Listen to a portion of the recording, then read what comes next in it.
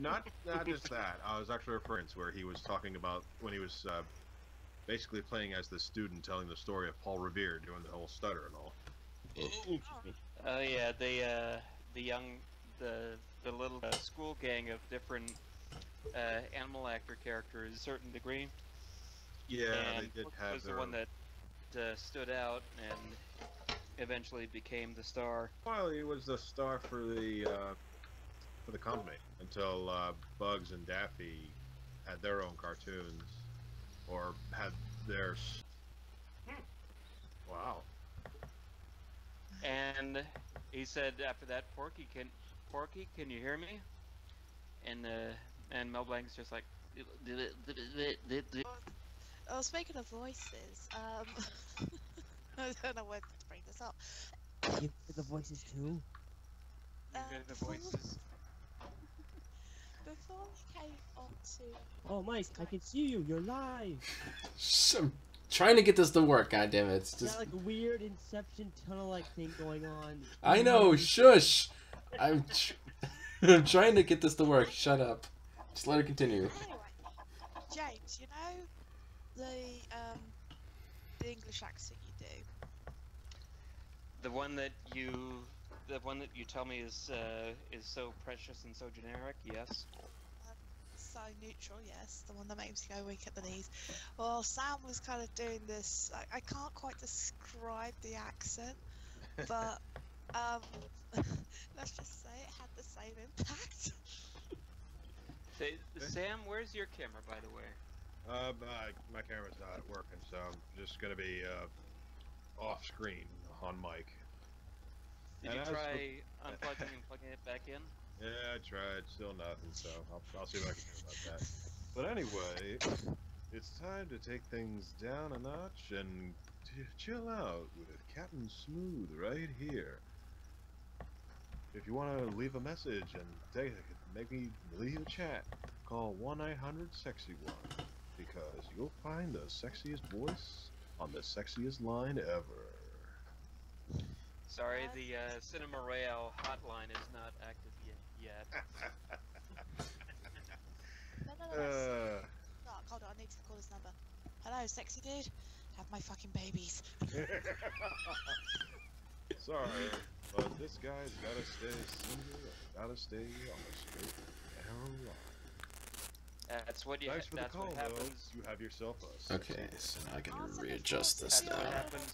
Christian people, I'm gonna stick with the dude that does the sexy English voice. Okay, bye. That's what happens when you try to hook up with a vampire who's fanging and banging. Oh jeez. Hey, I got the fangs and I've got a bang. Oh dear. That sounds dirty. Oh, you have no idea, my friend. You have no idea. Can I just ask you, It- have you got the fangs and have you got the bangs? Well, I may not have the sharpest fangs, but I can make a good sharp bang. I have sideburns. Do those count?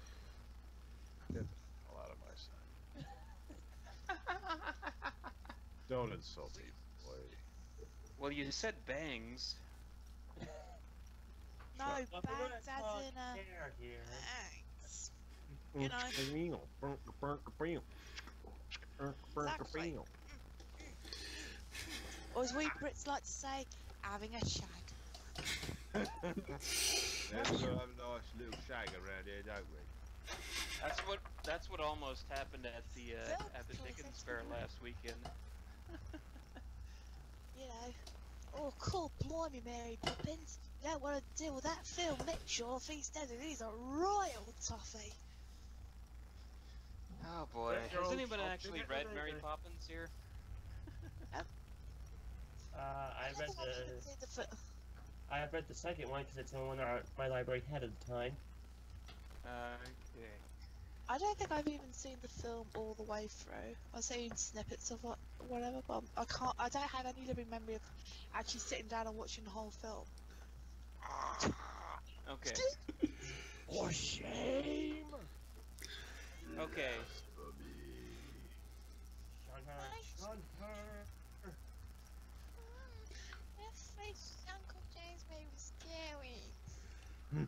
Hey, hey, hey, we are live. Oh boy. Yeah, we got some, we got a couple of viewers. We got my friend Joseph Armstrong in there. We got Caleb Corger in here.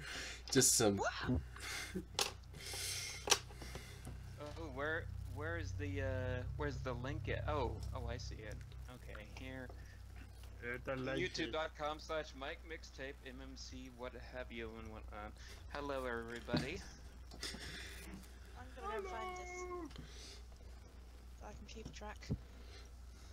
Yeah. I made chips using real potatoes today. Did you? Mm-hmm. Must be some good taters. Turn There this. we go. Yeah, they're pretty good. You mashed Morning. them taters? I made Sorry. I've got to read this. Joseph Armstrong. Good evening, Sam, James, Devon, other dude. How's it jamming?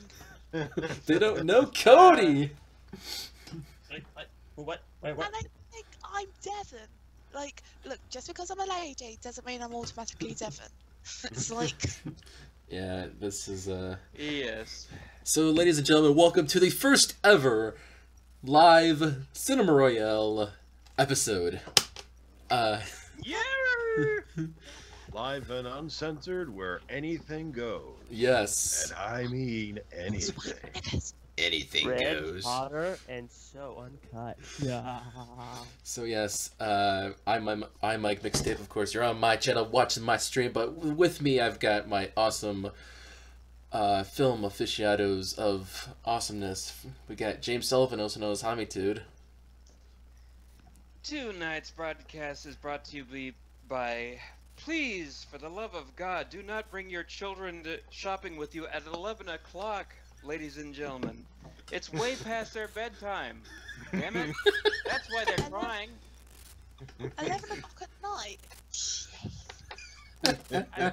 I am telling you this. I'm telling the God honest truth here. Why do people shop with their one-year-old and 3-year-old at 11 o'clock at night over at Target?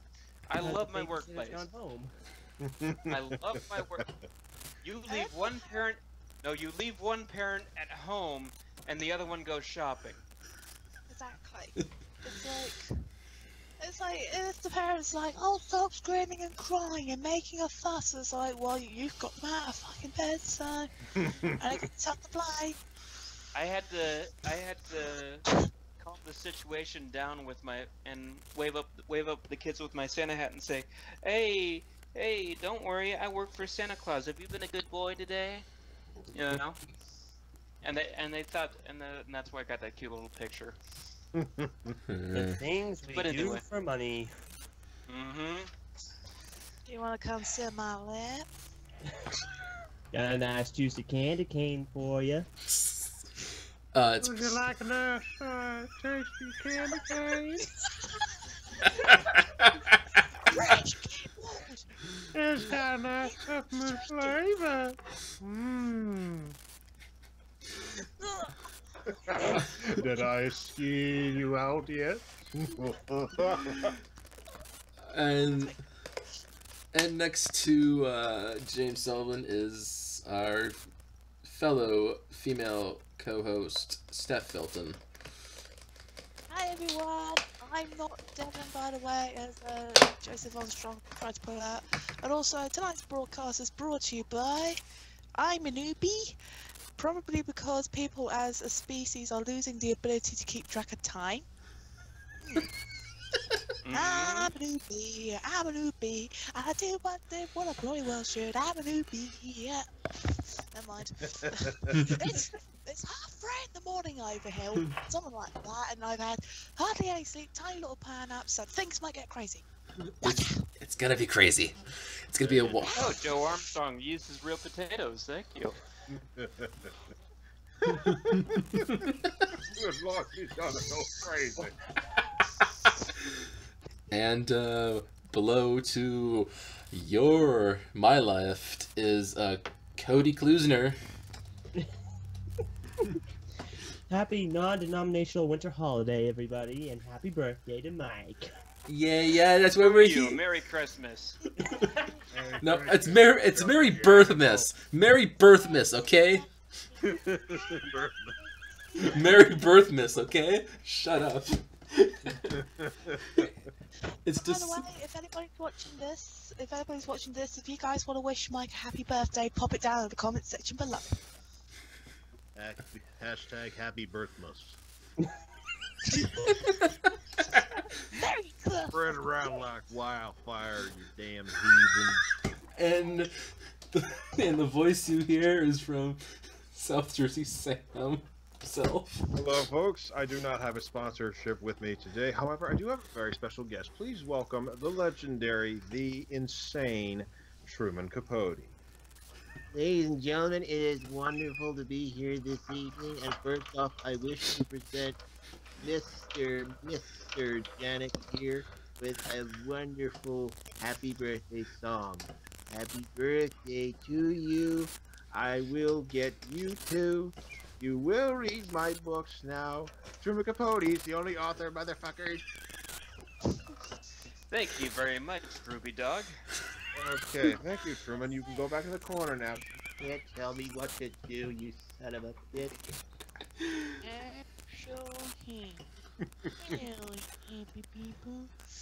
It's not my best You sleep. know what? We're all happy here.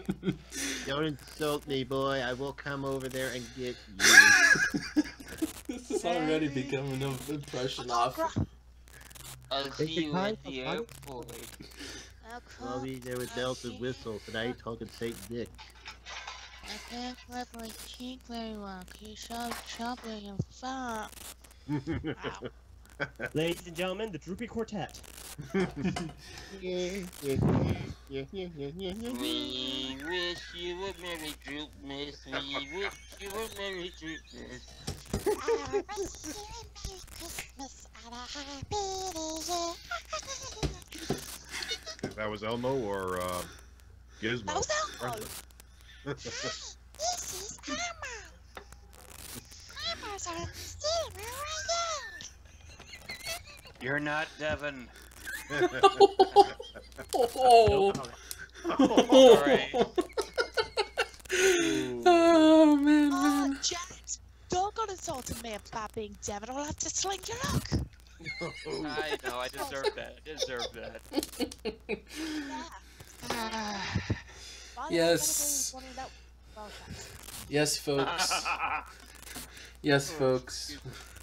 It's my birthday. I just turned 28 today, and we're just having a good time, just hanging out.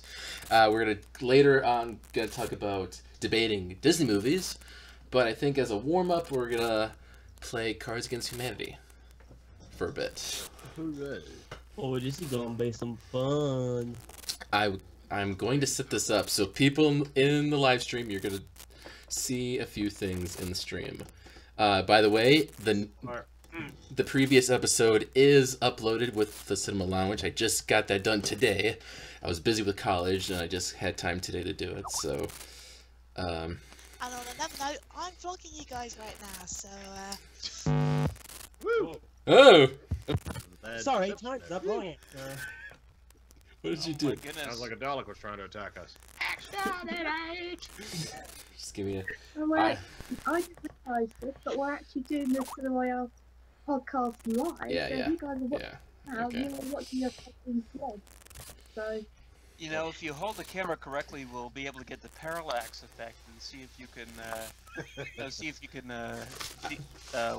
view this in the fourth dimension. Oh, you know? shh. What kind of Inception What- show what- are you trying to pull here? You talking James? about this? Hold You're on. trying to warp reality here. Fun fact: if you ever, this is what people actually do. If you, in theory, if you plug a camera of some sort and hook it up to a monitor and get it at the right angle where you start seeing several windows going in. If you hit it at the right spot, you're supposed to be able to get the parallax effect, and when you do that, supposedly people who who look for the paranormal, you're supposed to be able to get. You're supposed to be able to see ghosts in the fourth dimension or something Sorry. like that. I'm just looking at it right now, and it's like, of course, it's on a delay, but now it's like it's kind of slowing going into the.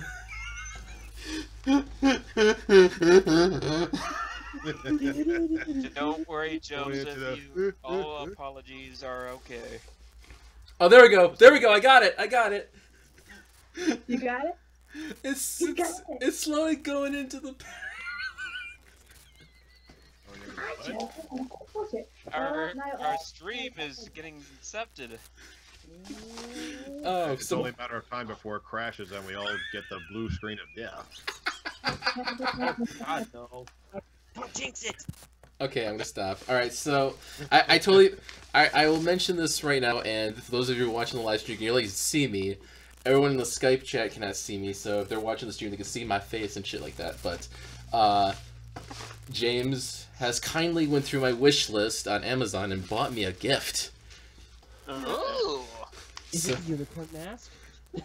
No, but it's in this envelope here. It's just I don't know. So I think I know. I mean, I've seen the list so many times. I think I know what it is. I don't know. Maybe I cheated. It looks like it's got a nice little smile going on there, doesn't it? It's got a smile on his You face. see a smile? It's a smile. So What a smile on the face. so if you don't know, there's a website that I like to go on called Den of Geek. They post a bunch of news, movie news, and a few lists, and a couple of the writers, I believe, from that site actually published a book, and it's called. Oh no! So you looked at. Oh, son of a bitch! I didn't like look through the book per se, but I just I noticed it like when You don't record the envelope and peeped in it. I just peeped in it just a little bit, but it's the guy. You said you weren't gonna do that. Ain't they, I stinker? told you not to. Oh lordy. I will never get you a present again. I swear to God. Calm Well, down. we're Shit. I think you just pissed off James. He just he's out of the room. He's James? gone. James? Come back, boss James. I'm still here. It's the it's the Den of Geek Guide to the Movie First Movie Geek. It's a book that's all about movies. Brilliant. Okay. So I figured I didn't know how tonight was gonna go exactly, so I got him that, and I figured if he opened it up first, maybe we could go through a few things and just sort of get warmed up. Oh yeah, actually, this actually sounds pretty nice. Actually, there's like articles in here, so I guess hold on, let me just scroll through this really quick here. Let's see, let's check the book here. Introduction. Development and pre-production. It goes through like, okay, so they got brilliant opening credits, sequences, and movies. Mmm. Oh man, hey. Let's see, they mention Sounds good. they mention the Avengers of Tintin. Ooh. That's a great Uh-huh. opening scene, credit scene. Let's see, Get Over Nice It. little homage to the entire franchise. Alien, Lord of War, Lock, Stock, and Two Smoking Barrels, Superman Returns, Barbarella, Doctor Strangelove, the Naked Gun trilogy, Three Men and a Baby and Three Men and a Little Lady, Watchmen, Flashdance, and Catch Me If You Can. They all have great title sequences. Some other According ones. to this, It's actually pretty interesting. they forgot Goldfinger. Oh, Goldfinger. Even if you're not into the Bond films per se, you have to give that one its props because it started a tradition. Oh Ooh. yes. Ooh, this is And it's interesting. also like one of the earliest villain songs when you really think about it. Yeah. What? See, I guess for Den of Geek, they just thought these movies had brilliant opening credit scenes, I guess. But here's another article in here that's really interesting to go through actually with you guys. It's called Underappreciated Movies of Major Movie Stars. So they have about 1, 2, 3, 4, 5, 6, 7, 8, 9, 10, 11, 12, 13, 14, 15, 16 actors and actresses, and they have a key film and underappreciated film. So, Let me guess. Charlton Heston is in there. no. Wow. I will quickly say now. I put in the comment section here saying if you guys have any questions for us, feel free to ask away. And we got one from Joseph Armstrong saying, "Okay, Steph, how did you get so fun?" I don't know if this means like how I became so much more fun on the podcast and stuff, like more funnier. I think I'm gonna have to like, sorry Matt, sorry Morgan, but I feel since you guys left, I've been able to actually not only be funny and like put my comedy forward without having like you guys try and overlap me or whatever. And also able to get a word in edgeways. Hurrah! You know? Plus the You accent. guys sort of had a barbarian one, you know? I had a barbarian podcast when I was trying to talk about Scooby-Doo, and those two were just like bah, bah, bah, bah, bah, on the top, and you know, James, Mike, and Mike had to try and stop them. Mm-hmm. Oh boy. Okay, so, okay, so the first actor they list is Arnold Schwarzenegger. The key film of Arnold Schwarzenegger should be. What is the key film? What is the key film of Schwarzenegger you should watch? The Running Man. No. Terminator 2. Yep, Terminator 2. They list Terminator 2 as his key film. So, okay, the underappreciated film. What is Schwarzenegger's most underappreciated film? Hercules in New York. Your Garden Cop. No. According to Den of Geek, they said The Last Stand. The Last Stand. Huh. The Stephen King mini movie? TV movie or? No, that's The Stand. Oh, okay. What's the film from 1996 where, you know, he like shoots someone in the face and says, "Your luggage." That was okay. That was a racer, and it's your leather, I believe. Your luggage. Your luggage. By the way, we've just got a question from Claire Corger. Is Mike the long lost white brother of the Book of Life director George R. Gutierrez. Gutierrez? Lol. That could be. Could be. Let's see here. Arnold Schwarzenegger, The Last Stand. He hasn't seen the movie. No spoilers. Starring Arnold Schwarzenegger, Jamie Alexander, and Johnny Knoxville. Oh, wow. Oh, it's this one. Okay. Yes. I recognize Okay, the one where he's a sheriff. Okay, I remember that. Sheriff. Okay, so we've got Johnny Depp. What is Johnny Depp's key film? Edward Pirates of the Scissorhands. Caribbean.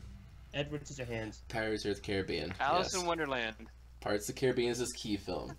So what is Johnny Depp's underappreciated film? What about that one?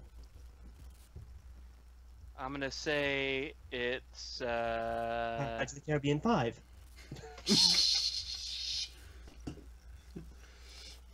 It's not gonna be Ed Wood. It is Ed Wood. It's Really? what? It's underappreciated. Nobody ever. How? I guess to them. It won an Oscar. But people don't talk about it that was nowadays. for Best Supporting Character for Martin Landau's Bela Lugosi. Just a few examples. So Just a few examples. it's a classic. Oh yes. Ooh. If you had my microphone, I would try to eat a mince pie, but the microphone was getting in the way. All right. Well, that's interesting. There's an article about where does the movie budget get spent, and it talks about where the money goes and how much money. That's interesting. Does it have Combat Annihilation? Because that had double the money in the first one, and it still sucked. I'm still trying to figure out where all that money went. Actually, let me see what the. It looked fake compared to the first one. My goodness. Okay, where are we at here? Looking, there's a graph in this book, and it's telling. It's 1.6 million for accountants to keep on top of this, 5.4 million for assuring the production, 20.1 million for transportation and locations, including custom fees and hotels. Wait, people are watching this so far. Hey!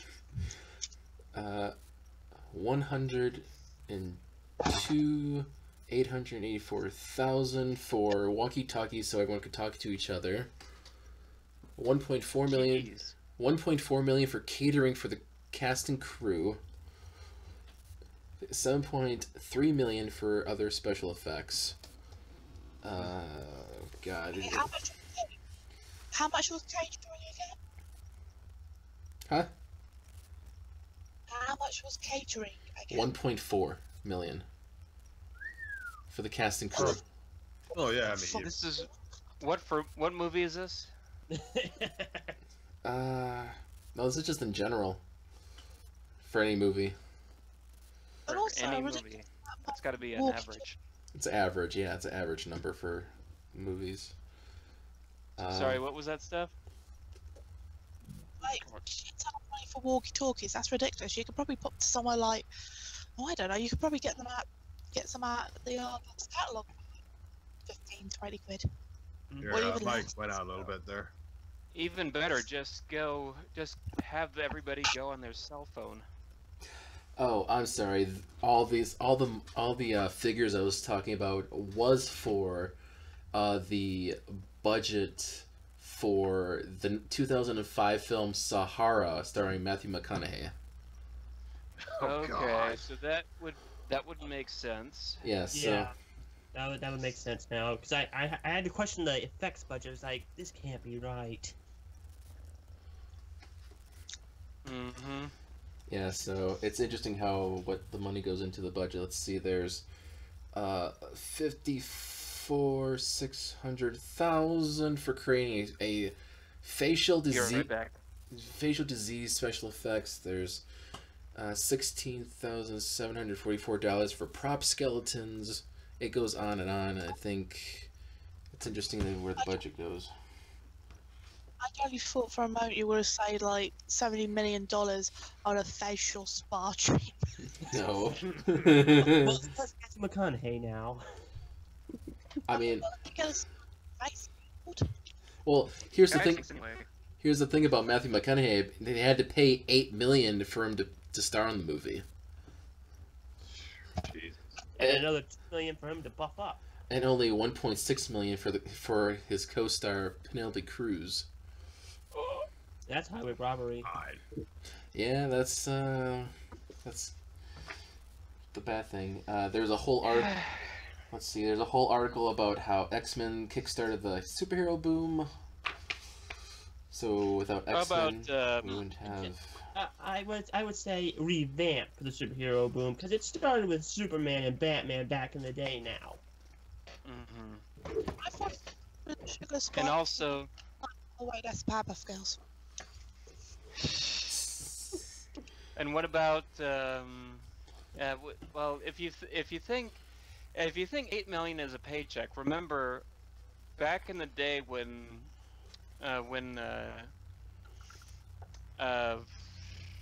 Keanu Reeves was doing the Matrix sequels, he got what, $20 million per sequel.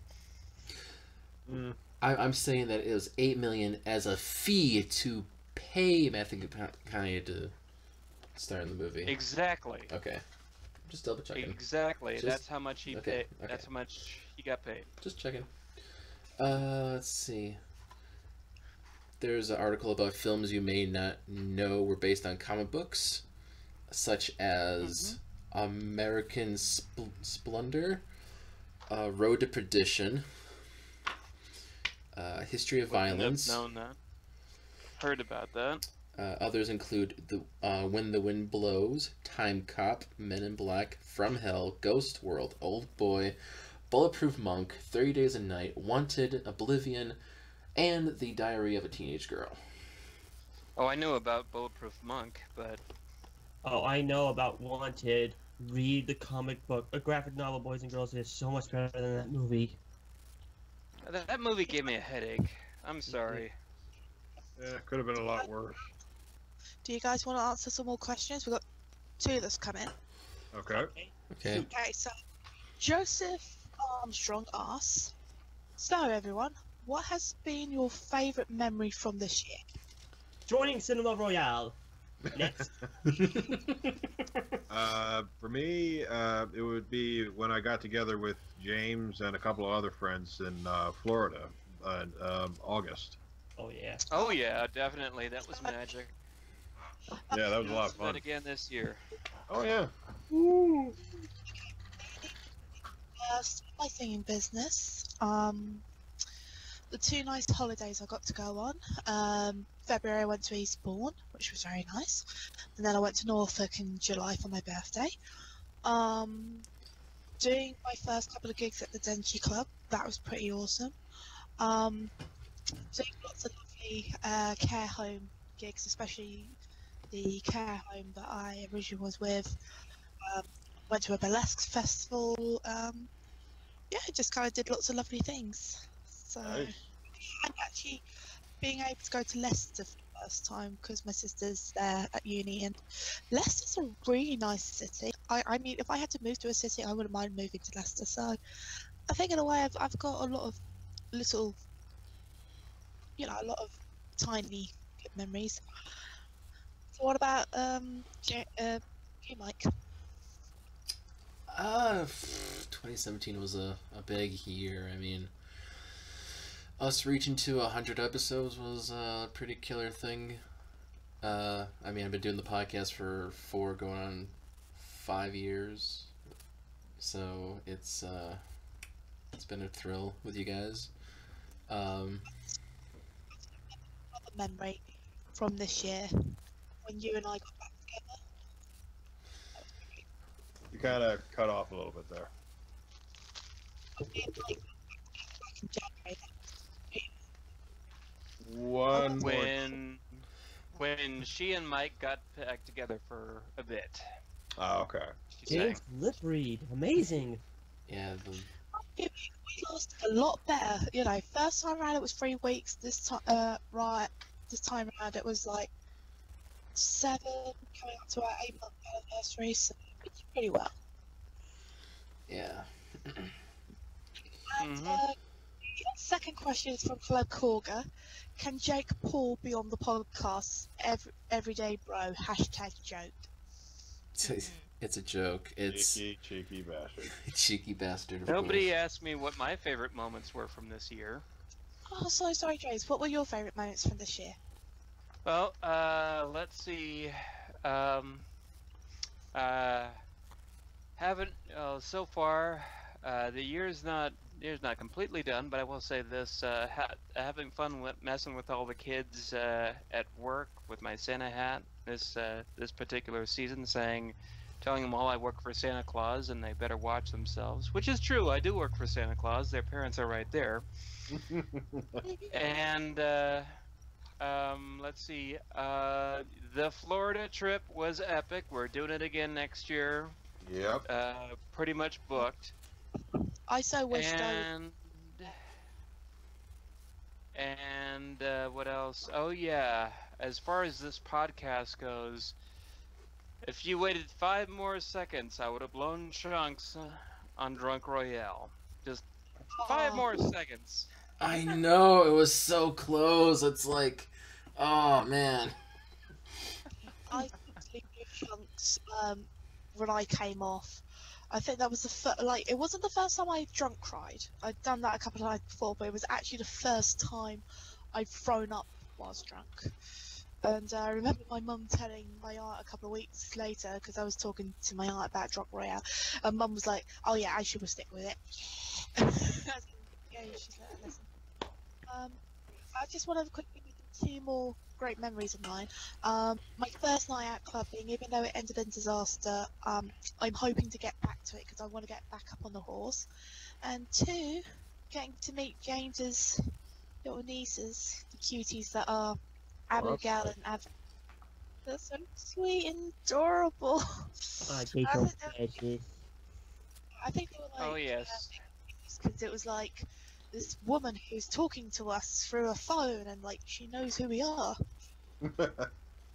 And the fact that Avalon knows the meaning of yes, because like Abigail and James said to Abigail, "Can Avalon borrow your phone?" And Abigail's just like, "Yeah." And then seriously, you know, Avalon just like that. It's like, well, she understands the meaning. Yes, that's a small. You know, it's like, well, you said yes, so I'm just gonna take it. She's smart for a 2-year-old. Those Yeah. kids are good. That's Good breeding. cute. Mm-hmm. Oh Yeah, yeah, most kids can be smart for their age. never underestimate.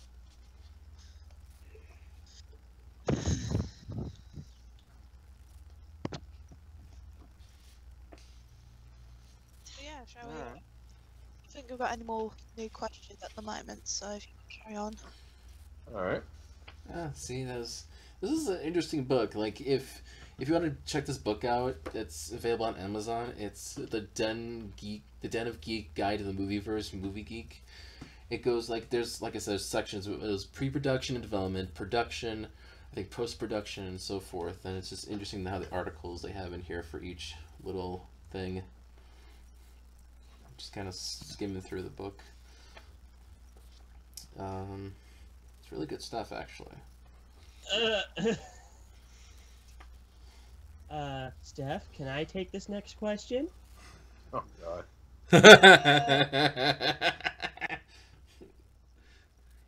What, the one from Ryan or the one from Joseph? Joseph.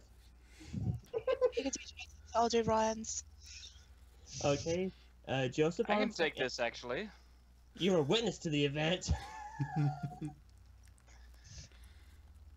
So, what is Joseph Parr? He asked, so have any of you written fan fiction? Written fan fiction. Yes, well... well, I'm not gonna... When I first... Well, can I just say, when I first experimented with fan fiction, let's just say the only evidence right now is a video on James's YouTube, if it's still there. It is. But recently, I have actually started writing a little fan fiction story of my own. Nothing perverted, just to say. Oh, Yes, sir. that makes all out of it, Cody. It's a crossover story with the Seventh Doctor and gargoyles. Ooh. Yeah, the first chapter is up, so people have actually responded and are following it. They like it. It's like, it's good. Yay! I've done something good. I think my most favourite fan fiction has got to be Stormy Night, which is a naughty fan fiction, and believe me, that is your classic perverted one, and there's some interesting stuff that goes on. And Ryan would like to ask, what are your favourite, your personal favourite podcasts? This one's for all of you. Do you actually listen to podcasts? I don't really listen to a lot of podcasts. I mean, I am involved with a few between yours and a few others that I've done, Right. but I don't really listen to much. Although I have sort of been listening to a bit of the Stone Cold podcast from Stone Cold Steve Austin, Oh. and he would reminisce on events from his past and talk about wrestlers and other people that he's worked with and all that. So. Just but other than that, I don't really listen to a lot of podcasts. So For me, I've listened to Red Link's Ear Biscuit. I haven't really listened to a lot of podcasts, but I have to say I am a fan of a couple of radio shows, especially over here in the UK. And one of my most favourite ones is "I'm Sorry I Haven't a Clue," which is usually broadcasted on Radio 4. It's actually one of the longest running radio series in Britain. You know, I've got the CDs and whatever in my room and in my dad's car and whatever. And I have to say, the shows that they do with Willie Rushton, it's a shame he's not with us anymore, but my God, they are hilarious, absolutely hilarious. So, and the other one that I've listened to is a show called Just a Minute, which is basically a game show where basically you have to they give you subjects and you have to basically talk about it, but you're not allowed to, so without repetition, hesitation or deviation, and it can get quite interesting at times. So you know, so if anyone's looking for a really good radio show from Britain, I'm sorry I haven't a clue, and Just a Minute. You can get them on iTunes, I believe. The Sorry I haven't a clue ones you can get on iTunes. So yeah. Sorry, I just waffled on for ages. Yeah, I don't listen to any podcasts outside of what we do here. There. I'm the same. Yeah. And by the way, I have a lovely piece of tiramisu for my birthday. I love tiramisu. Nice. Offer A to us. So, Nobody asked me specifically about the fan fiction question, though. what you have written? You have written fan fiction, James? Do tell. How Yeah, many nobody- couplings have you worked on? How many what? How many coupling stories have you worked on? Let's see if I can reach back in my memory banks. Yeah, there was a brief stint coming right out of middle school, way back in the day, way in the 90s, in the freaking 90s. Oh wow. And these, yeah, I was in middle school. Came across some Sonic fan fiction for the first time. Oh God. Decided to write on my own. And what I got, let's see, what I got out of it. Not the best. Let's see, I got one horror-related story. One fan fiction story to cover up the trails of that one. One, how shall we put this? Erotic story. And another one was a self-insert story. So essentially, James, what you're saying is that you lost your childhood but gained a horrific, horrifying boner. Kiki. Sum it up right there. I was watching. It doesn't. None of it exists anymore. So. Unless somebody manages to dig it up. Woo. I don't know. I think the websites they got posted on are down. That's a possibility there. That could be. I don't know. Someone look at the Internet Archive, please. Yes, I was gonna say, go to the Wayback Machine and see how far it can go. Go to the website and see how far back you can see if you can find it. There's an article. There's a story. Holy crap! What a piece of. But in terms of when I actually read good fan fiction, I can tell you there was one fan back in the day who wrote. He was a guy who had a website. His name was Dan Drazen. He was a very prolific Sonic fan. A guy, much older guy, when he was in his 40s back then, so he's probably in his 60s now and outgrown everything. But anyway. But yeah, he was a librarian, so he read a lot of good books, and he wrote some good Sonic fan fiction. And on the side, he also, Mike, he also wrote Care Bear fan fiction. Oh dear. And this is the amazing thing. He wrote a damn good one too. Really? Yes. There was a story he wrote, which when I was reading it, I was kind of shocked at how dark it went, because it was the Care Bear is dealing with a particular child who had undergone parental abuse. Oh, Jesus. Huh. I think the closest thing I've come to creating a Care Bears fan fiction has to be when we had the storybook of the Care Bears, and it was like sort of A to Z of animals, whatever, and the story focused around them having alphabet blocks and they lose them, so they have to go around the zoo. And it's like, A's for antelope, B's for bear. But we basically just would rewrite the story every time we read it. And we just based it around farting. And one of the plot points I remember was how they lost the alphabet blocks.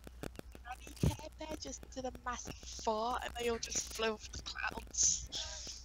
Oh my god. What's that big yellow cloud? What is that? Now the biggest question is, which is deadlier? The Care Bear stare or the Care Bear fart? As I can tell you, those aren't clouds out there. I just want to quickly say the other fanfiction I've read that's absolutely brilliant, like Mike read it to me, and it's one of the anime. It wasn't a watchy one, it was the more romantic one where you meet on, like, it turns out you're both going to Disneyland at the same time, and you meet, and you go and watch a film, and, you know, things get a little romantic there. And I have to say, I really kind of felt it. I really put myself in my shoes, and, yeah. Let's just say, it really got to me, but I wasn't crying from here, I was crying from somewhere else. Oh. Okie dokie. Enough said. Why do I Speaking of which, say? and while we've been chatting all this up here, I just I bought a bunch of games from work, so yeah, I got some 3DS titles now, which I've been sort of experimenting, trying to connect my Wii U to my 3DS while we chat here. So Cool. We've got another question coming from Caleb again this time. Okay, brace yourself for this. Who's your favourite cartoon waifu? My favourites are Toru from Dragon Maid and Mia from Monster Musume? Museum, I think. I think it's the museum. Okay. Yeah, I was gonna say Caleb is a bit of a oddball one, because he's got cartoon waifus, and I do not have a waifu per se, so. sorry, neither do I. Yeah, I don't really have that kind of thing either, so no, none for me. I'm just gonna say this, Colette is so much more saner than other people. You know what I'm talking about. As for me, I have not reached that level of insanity yet, but maybe I'll get there someday. So Yeah. So it's Hey, game. look at this. It comes with 3 episodes of the Sonic Boom TV show. Oh. Cool. I was actually going through this People book. gotta watch that somehow. I was going through this book a bit more, and Proud of it, Colette. he's proud of it. So okay, here's a puzzling little question I'll give you guys. What film, I would say of the 90s, had 35 screenwriters? My God. Good Lord. How do you have 35 screenwriters? There's You have a shitty movie. There's one movie that had 35 screenwriters. What movie is it? Journey. Well, it couldn't have been movie 43 or whatever that was. I said 90s. It's in the 90s. Okay. Rooms, maybe? Nope. Am I right with home? Alright, haven't the foggiest. So there's a article in here that you could, if you buy the book, you read about the blockbuster movie with 35 screenwriters. It goes to 1994's The Flintstones. The Flintstones? Yes, the Flintstones. Wow. The Flintstones movie had 35 screenwriters writing the script for the movie. And it shows how desperate it was, too. No, it kind of makes you wonder. That many screenwriters makes you wonder just how many versions of the script were there. I mean, what was the original? Yeah. And that's not a bad movie either. It was just, but wow, it took that many people to write it? Yeah, and the second highest screenwriter is actually Catwoman with 28 screenwriters. Oh, God. Oh god, So that's a bad movie. Well, Pleasure-ish? Well, I could probably see why Catwoman had so many screenwriters, considering that movie's been in development hell ever since the end of Batman Returns. So maybe that's why. I just made Yeah. a joke and can you hear me now properly? I'll put my Yeah. fuzzy on. So, Flintstones, meet the Flintstones and the 35 screenwriters. Okay, that didn't bored me. And the worst part is they were all extras in the movie. Oh wow, burn. Really? Ouch. Oh, I can't Oh say no, it. people are gonna hunt us down for our really bad scripts, so let's just hide in these dinosaur costumes and just stand in the back. Yeah, well, a dinosaur rolling around in roller skates. There you go. No one will ever suspect that.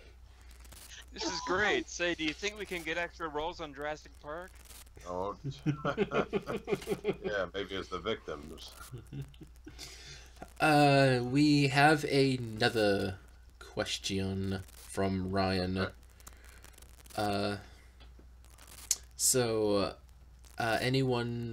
Anyone you guys would like to see as a guest on the podcast? So for me, Mysterious Mr. Ransom, and actually no, scrap that. For Mysterious Mr. Ransom, Phantom Strider, Jerry, Somebody's Shadow. phone's going off there. Sorry. Matt Renee to come back on as a guest. I miss him, but yeah, definitely Mysterious Mr. Ransom, Phantom Strider, Jerry Macedo, and Matt. Who's Those Jerry are my- Macedo? Joey Joey Tedesco! I don't know how you got that last name. Oh my Hi, god. I'm Joey Modesto. This is my brother, Joey I'm Caruso. sure. I'm. This is my cousin-in-law, Jerry Sinestro. And this I'm is my Jerry brother-in-law, Macedo, Joey and I just Magneto. want to say. Oh, so you.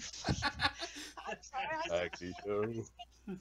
I want to talk to you about the description between Cinema Royale, pornography, and Azuchi Guardian. It's very strange. That's the person I was referring to. Seriously. I'll tell you. And if you've ever seen the 1970s TV show done by Twilight Zone creator Rod Serling, you know what I'm talking about. Night Gallery, yeah, that's the one. Okay. Had to pull it over to Teddy. Had to pull it over to Joey Tedesco somehow. Mm-hmm. At least you outed Teddy Macedo instead of me. I was dropping hints, but you've come flat out with it, so no one can blame me. Hey, Joey I'm Tedesco. winning. Joey Modesto. Like, what the hell? I Um, was gonna say, who is this? Tedesco. Yeah, who the fuck Is this is some that? guy I don't know? Does he wear a paper bag over his head or something? Is he in the witness protection program? Oh. Nobody wishes he was. All I did was mispronounce a name because I forgot if it's spelled with an M or a T and You okay, said Macedo. Tedesco. Tedesco. I'm not sure what he would say if he actually was listening to this. I'm sure he'd be like, "What the hell's going on here?" Oh, Joe, if you're watching this, I'm so sorry. I just forgot how your last name is pronounced and what letter came at the beginning of it. So it's like 5 in the morning over here. Can we some snack? yeah, weren't we gonna play? Weren't we gonna play a game at one point? No. No, we're to the point where we're beyond that. The book got way too interesting to talk about. So and then we got Q&A. So things changed on the live show. So no game. It's easier to get questions and talk about movies and such like that. Provided don't get too crazy with the questions. Yeah, it's decent enough. But there's a section in this book called watching movies or watching films. I could have said Cartoon Beluska. Well, I even forgot that he did that. It's like, meh. Because I'm sleep deprived. Get over it. Yeah, Cartoon Palooza, you could have said easily. Oh my God, Jesus. I get free. Bloody hell. You brave soul. You brave soul. Is that my hat off to you? Okay, so there's an article called Family Movies That Traumatize Small Children. Oh, God. This has got to be good. Oh yes. So they got movies here, so let's go through these movies. First one, Inside Out. What? Really? Why? It can make you cry, but it didn't traumatize you, did you? A moment that seemed to break slightly more grown-ups than children, but nevertheless a real gut-wrencher, is the point in Pixar's outstanding Inside Out where the character of Bing Bong sacrifices himself. Oh. Huh.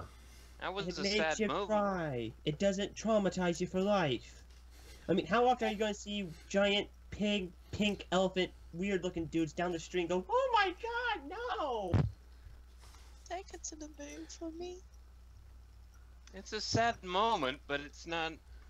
No, they want traumatizing. They need to see Watership Down or fucking Yes. Plague. Yeah. Yeah. I was Those, saying, those are like some traumatizing shit right there. I was gonna say Watership Down's on the list as well, so There you go. there you go. Let's see. The next one on the list is Transformers the movie from 1986, where Well, Optimus I Prime find I dies. find that a little legit right there, considering the villain of the film and the amount of carnage and devastation it does to this like planet, Mm-hmm. as well as the, of course, death of Optimus Prime. Yeah. I don't know.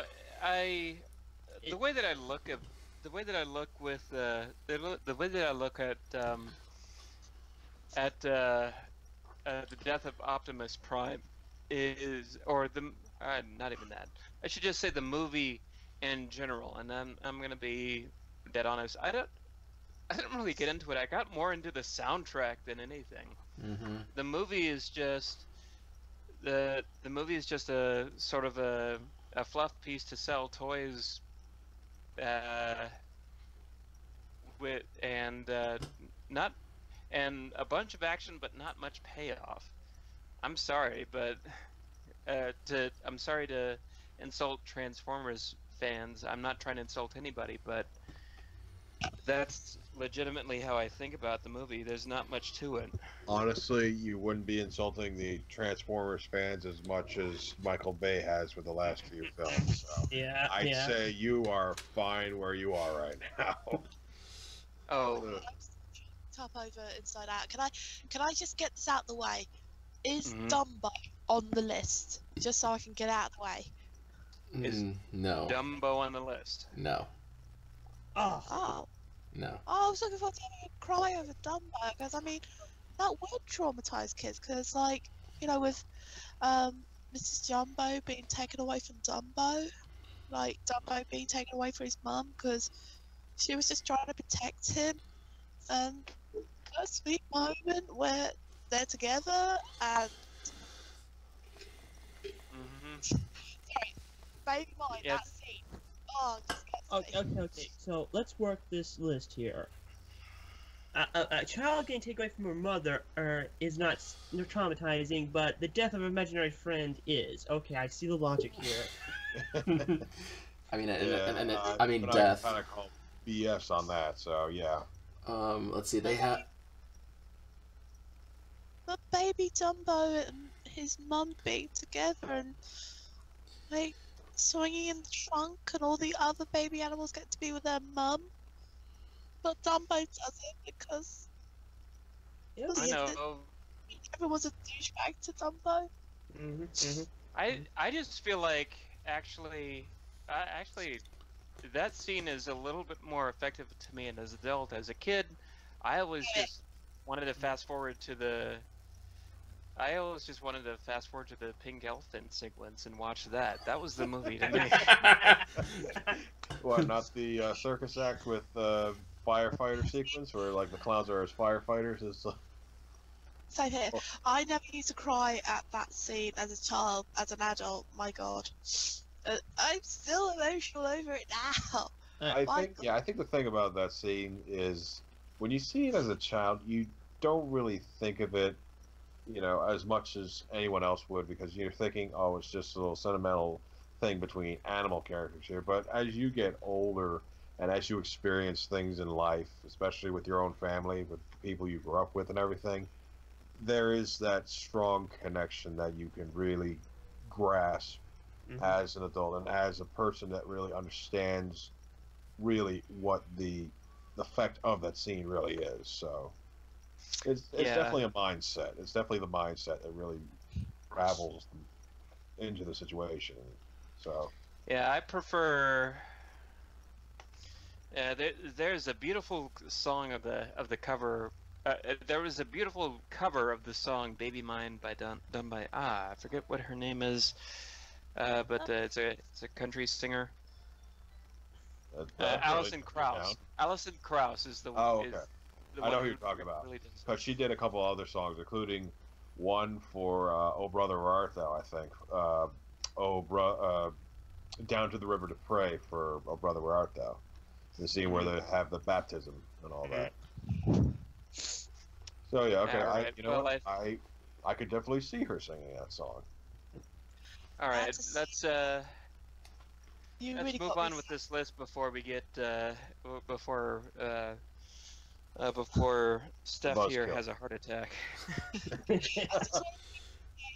You really hit me when you said, like, as an adult, you can really connect yourself in that situation when Dumbo's being taken away from his mum because you experience losing people in your life. And yeah, as soon as you said that, I was like, oh yeah, like my grandmother's, and then yeah. I'm an emotional person. I wear my heart on my sleeve. Yep. Yeah. Want to know something cool?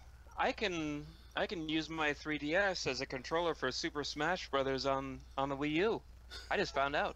Really? Yes, I have the version of the game on the Wii U, and I bought the version for the 3DS. So they can be, so I could theoretically be versus somebody else in the same household just using the same system. Oh, wow. On this thing. This thing. How cool is that? Say what you want about Nintendo, but they've got some innovation there. So you could be battling your dad in your bedroom while he's in the living room, and then he just comes through the door and he's just like, Gotcha, sucker.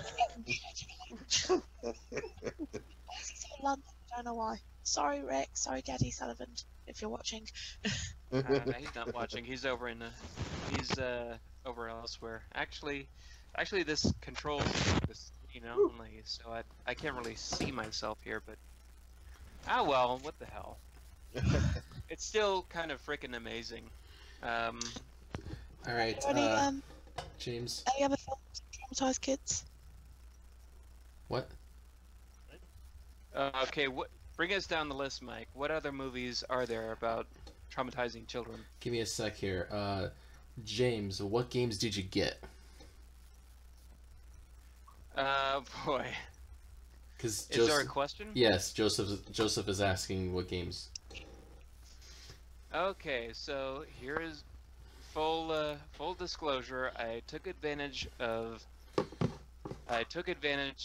Black Friday at my store. I got I got a Nintendo Switch with Sonic Forces and Super Mario Odyssey, both of which are pretty awesome. I got both Sonic Boom games for the 3DS and both of them for the 3DS. Also for the 3DS, I got Super Mario Maker, which I think is, I'm gonna say this, that out of the group might be the one that I return. I hate to say it, only because I like the innovation of being able to create a Mario level, but as playing it off as a game, I don't really feel like I need anything there, you know. Well, there's definitely an assortment of levels to try out, but you have to watch out for the ones that really set you in the traps and all. Mm-hmm. Like, oh, you're already on the spikes. Ha ha! Fuck you. And as for other games on the list, Sonic Forces, I'm a little disappointed right now, only because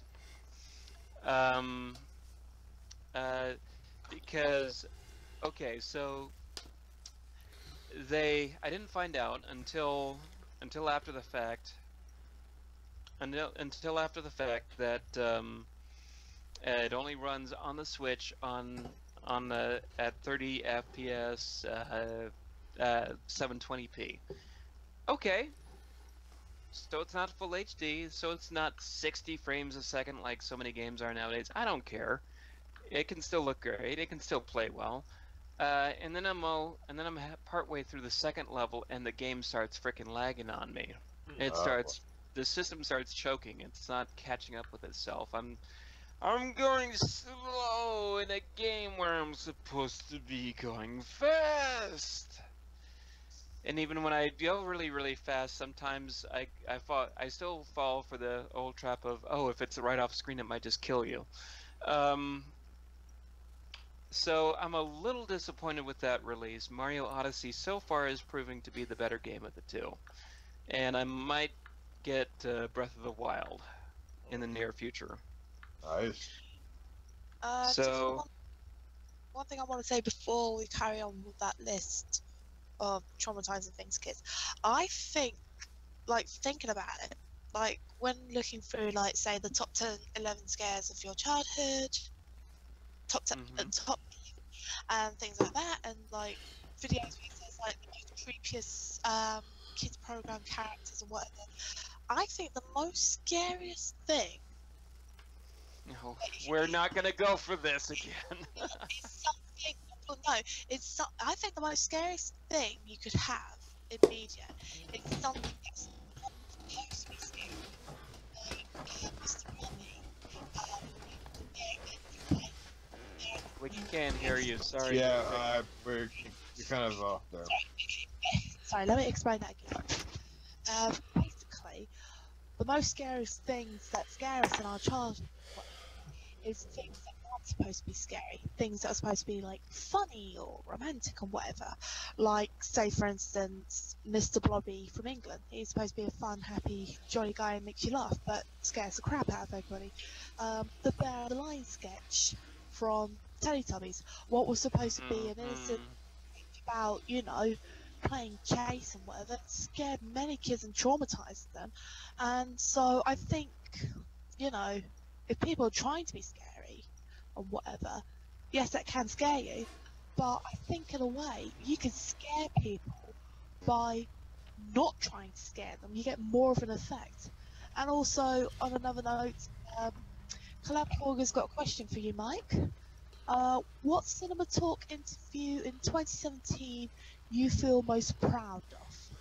I was getting to that question. Hold on. I was just, but okay. So, on my channel, I do a series of interviews with people on YouTube or online, or even like in the industry of Hollywood. So, this year I interviewed 8 people. There's actually one coming up. I'll tease. There's one I did, but I haven't edited it yet. So I did 9 this year. But out of the 8 that are on my channel, the one that I'm most proud of, 2 of them were kind of big because I interviewed Seth Kersley, who is the director of 8 Crazy Nights. I talked to him. Oh, you unfortunate bastard. He, that was all thanks to Caleb, by the way. He kind of got me roped with Seth, so it was kind of cool talking to him about his career, you know, his animation career up to like 8 Crazy Nights. And then, of course, everyone that flocked to it was the Kingdom Hearts TV pilot. Everybody, all the fanboys were all over my interview because of that. And then the most recent one, the last one I did, was with Robert Cargill, who is the co-screenwriter of Doctor Strange. He was pretty cool to talk to. He's like a writer. He also screen wrote, oh fuck, what was those movies? Oh goddamn, he wrote a couple of horror movies.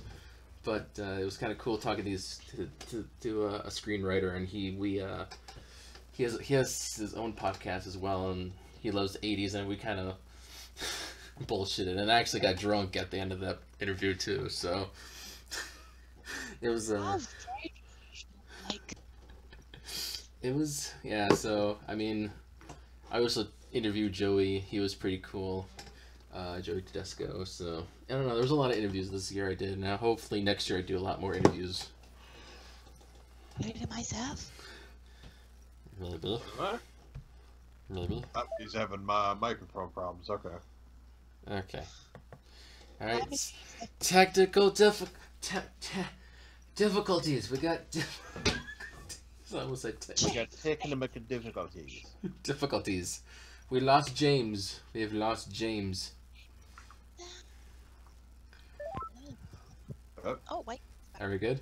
We good? All right. Yeah. We're good. All right. So. So what were you saying about Wood Rocket again? Oh yeah, that's right. Yeah, that was another one I did. I did the guy who runs Wood Rocket, Lee Myers. I believe he's a director of many porn parodies. Oh my God. Yeah, if you want to check that interview, we talked about a lot of things when it comes to porn and porn parodies. That was really This good. is a sick man right here. Sick birthday fool right here. I mean, it was interesting to talk about. Get out of here with that. All right, so let's just move this really quickly here. Let's see. The Never-Ending Story. Never-ending story. I can kind of see that. I can kind of see that. It's that goddamn horse. Okay. I don't know. Back to the list there. Yeah. Yeah. Oh yeah, I'm gonna say again another case of a movie that I liked better as an adult because I embraced more fantasy as an adult. When I was a kid, it kind of bored me to death. But it probably doesn't help that I watched it when I was in a hospital after having fallen on my head. So. Oh. Damn. And we'll go no further with that. Mm-hmm. And that's how I became the man I am today. But anyway. Nice introduction. There's a Jungle Book on there. No. The original Disney. Fair enough. I think it's only me. So they No, list. but the new one will be with a bunch of wolf tossing. Oh yeah. Damn. I cried during that thing. So.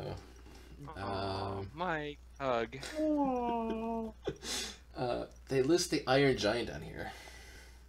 Yeah, I can see that one as well. Sad, but not traumatizing. He lives. He's still alive.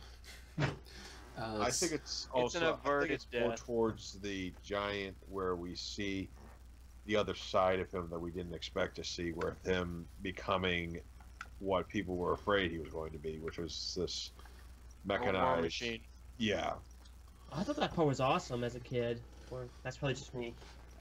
Okay. Not to mention the added in dream sequence that was added in for the special edition on Blu-ray and DVD and all. That added a little bit there because it was like, holy shit, what's going on here? It was a great film, though. I think it was one of Brad Bird's best. Oh, yes. Okay, The Hunchback of Notre Dame. Dame. Yes. Okay, yeah, that has a legit reason to be traumatizing from beginning to end. Yeah. Yes. Because it's not a story that should be made for kids. And you know, I was actually a kid when I saw that, but that is the only Disney film, no matter how dark it is, no matter how many crazy elements there were, I was never freaked out by it. There were a lot of things that freaked me out in the past, but never that. It's okay. I embraced that. I actually embraced that. I actually loved that movie.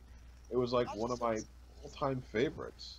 And the real shame about it is they don't really advertise it or release it on Blu-ray or DVD as often as they should. Yep. I mean, they'll do Beauty and the Beast and Snow White and all this other shit, but never that or any of the other 90s movies. Oh, we'll get That's because I think after The Lion King there was a certain point where the Disney Renaissance sort of dipped a little bit. Kinda. I can see where you're going with that. You guys can save that because we'll talk about that in our brackets. Yeah. It started with it started with Pocahontas. Just saying. Well, I could see where you're going with that because there was that kind of, I wouldn't say slump, but it was beginning to look a little iffy along the way. I mean, once it reached by Tarzan, which I don't think looks like a horrible film, but it didn't really seem like that kind of cup of tea for me. It was still a good one. The chair recognizes Stephanie. Sorry. I do kind of relate with you, Sam, because Hunchback of Notre Dame didn't scare me as a kid. It was just another Disney film. Same with the Black Cauldron. I just thought, oh, it's another Disney film. Yeah. And Fox and that as well. I just thought, oh, that was a Disney film, so you know. Right. Let's see here. Willy Wonka and the Chocolate Factory. Of course. Now, if this is me closely, Charlie, because I'm about to make you very rich. In a few moments, Mr. Wonka is going to reveal his latest creation, the everlasting gobstopper. Just, oh my God, where did that? I'm about to reveal my gobstopper to the whole audience. No. Can I just say for the record, the tunnel scene never scared me or my sister as a kid. We laughed our asses off, and we still do to this day at that scene. Yeah, believe it or not, I wasn't really freaked out by that scene as much as everyone else was. I was just like, what the hell's going on here? You have a chicken getting its head cut off and a man with a snake crawling across its face. Okay, so... And not to mention, so it surprise doesn't have to make Gestapo. sense, but... Joseph says my picks for traumatizing Disney moments is Lady Tremaine and Rabbit's mental breakdown. Rabbit's mental... Oh, you mean from Watership Down? Oh, no. No, I think what Joseph's referring to is in Winnie the Pooh and Tigger 2 when they all put Oh, okay, I know what you're talking about now. Yeah, when he's in the forest. He starts to play tricks with him and he just... Yeah. It kind of made me go, what the hell is going on here? What's wrong with that rabbit? Somebody give him some bacon. I was just thought... I didn't know the 100-Acre Wood could be this traumatizing. Indiana Jones and the Temple of Doom. Yes. Okay. Oh yeah. Wait. Favorite one. But we're not sinking. We're crashing. Wait a minute. Temple of Doom and not Raiders of the Lost Ark. So we go from ripping hearts out to face melting, ripping hearts. How it's more traumatizing? They list the chilled monkey brains, with people being Oh, lowered so onto flames, and human sacrifice being burned to death. Okay, it wins. The chilled monkey brains was supposed to be a joke, though. Yeah. Yeah, because nothing says funny like cannibalistic dinners. That's not cannibalism. No, but that's fucking disgusting. It's Well, gross. remember, children, this is before the PG-13 rating. Let's see. So- Yeah, it was. My favourite is Temple of Doom. That's the most funniest. Like, Willie is the best character. But we're not sinking. We're crashing. Oof, he was just annoying. Yes. It's fine. Let's see. I keep forgetting her name is Willie. Man, you only here because she humping director. Yeah.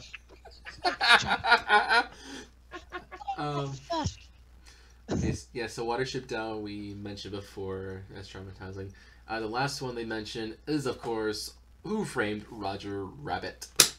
Okay, yep. Definite, Yeah. definite choice there. Yep. So What was that the last one? Who Framed Roger Rabbit? Oh, okay. Sorry, I was too busy singing Bright Eyes. Yeah, I know what moment they're talking about, the death of that one rubber show. I'm just wondering, what was his crime? What was his crime? What crime warranted death? We in the Gestapo do not like left shoes. We prefer to have our right shoes. The left shoe is an abomination. We must dip it in the dip. It is not satisfactory to our needs. It Okay. shall be dipped. Yeah, I remember doing the whole From Pages to Pictures episode. That there is just a dark undertone to that entire movie with the rights for tunes and everything. It's yeah, I have to say, looking through everything, and when you dive into it, intelligent movie than you give it credit for when you're a kid. Yes, It's kind of Joseph. amazing. Remember me, Eddie? When I killed your brother, I died. Yes. Yeah, Bob Hoskins. He always looked like he believed, and I think I read something up to the point where he might have gone a little bit crazy and promised his kid that he could let him meet Bugs Bunny. But yeah, he committed himself to that role so much that that's what made it ultra real, I should say. A little too much. So, Mike, is that the entire traumatizing list? Yes, that's what they listed in their article. Excuse me, I have to give a mention here. So, the movie Wacko's Wish, where Dot's so-called death scene, that's not on there? Nope. I'm sorry, but that makes me tear up every time, because that is so freaking sad. No. Call me Dad. Call me Daddy, and you'll die. She was the cute one, man. I guess those acting lessons paid off after all. This is wrong, man. Wrong. Okay. I know that was kind of a big warm up, but we'll see how far we go with these. But we'll start with one and see what happens here. So I promised that we're gonna do more brackets and we're gonna debate Disney movies. What is the best of the best? And of course, like last time, I did this based upon Rotten Tomato scores and the average scores. So I looked really deep into Rotten Tomatoes and ranked these movies 1 through 8. I've got 5 brackets, so it's up to Moana I have with the movies. And not all Disney movies are going to be on these brackets. Some were not on the brackets because they didn't rate as high on Rotten Tomatoes. So, Joseph says, go back to Winnie the Pooh. The last segment always gives me the waterworks. Oh. Don't blame me, Joseph. Don't blame me. so the first bracket is obviously the early films of Disney. So we will go through the lower rankings up to the upper rankings. Sorry about that. All right. So first up, we are going to go with is the number 7 seed versus the number 2 seed. Snow White and Seven Dwarfs versus Bambi. Bambi. Oh, that's a tough one. All right, one for Bambi. Yeah, I think it's consistent. Bambi. Okay, 2 for Bambi. I mean, I haven't seen Bambi in ages, so I'm gonna have to go with Snow White because that's the one I've seen most recently. Don't get me in a rough spot here. I would have to go give it to Snow White. Damn it! I was hoping this was gonna be a case of the tie, so I gotta break the tie. Damn it! Flip a coin. Not you. Last time you flipped that coin, that was a cop out. That was a cop out move. Like rat face.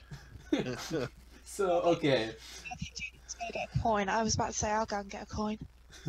For me, I wasn't so into Snow White. I was more into Bambi, to be honest. So. Crying your eyes out when Bambi loses his mother. Yeah, that's always a killer thing. it's not so much for me that. I know everyone has in their that reasons. particular case, it's okay. I give Snow White its props. Right. I did rewatch it a little bit more recently.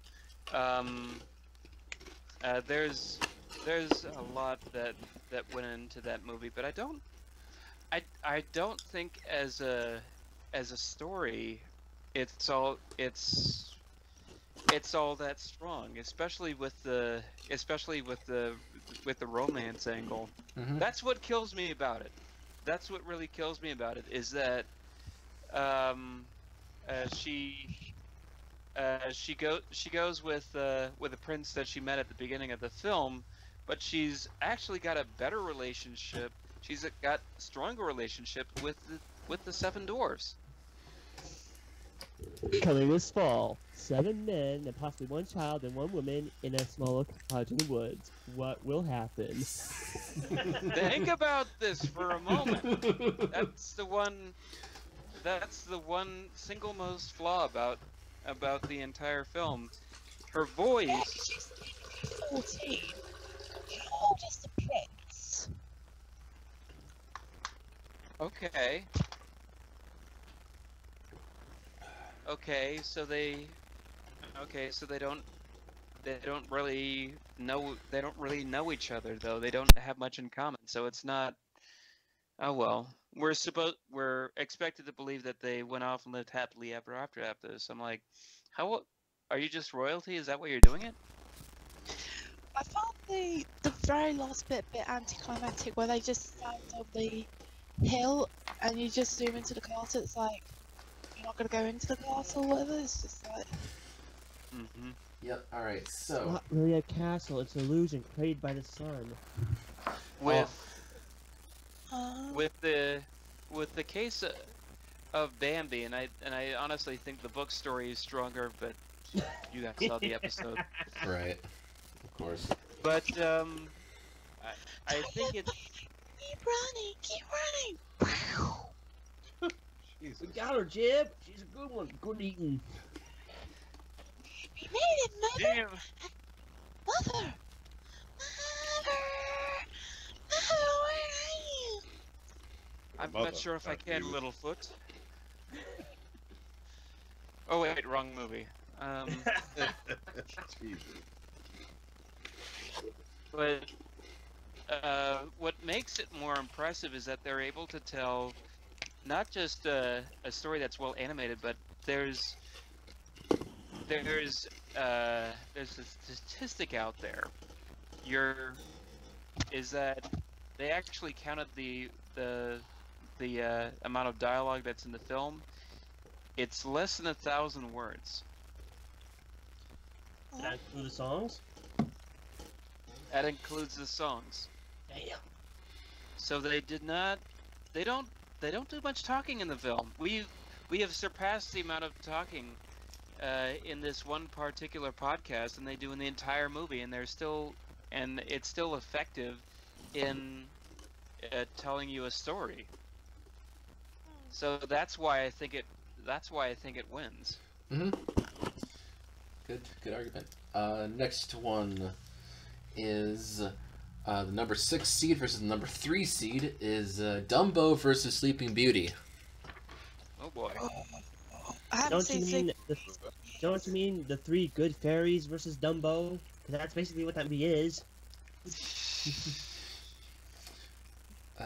It's all about the 3 fairies, and then there's some bitch that falls asleep, you know. So, Okay, so it was under a trance, you know. It wasn't like Snow White where it was like, eat this apple and all your wishes will come true. I say. I haven't seen Sleeping Beauty in a good couple in like years, so I'm gonna have to go with Dumbo.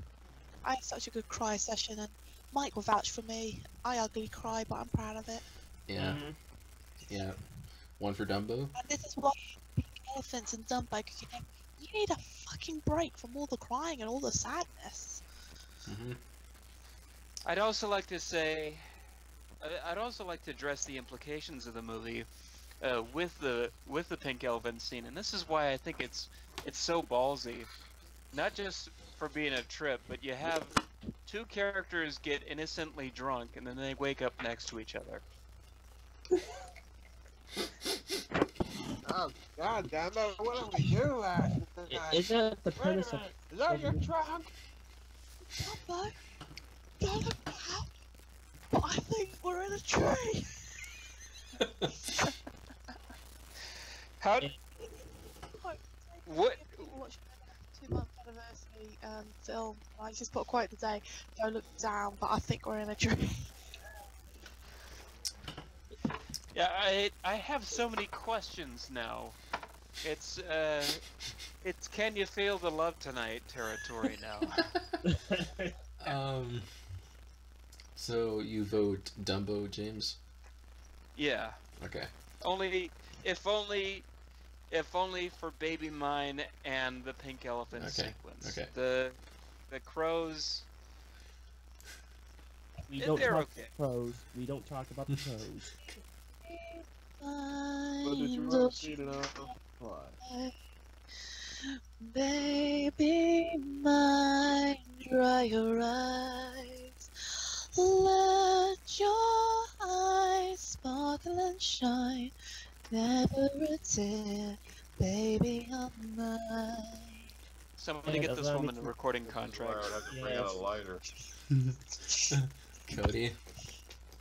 I'm going to also have to go with Dumbo. Which I always have one question. Where's Dumbo's father? Oh.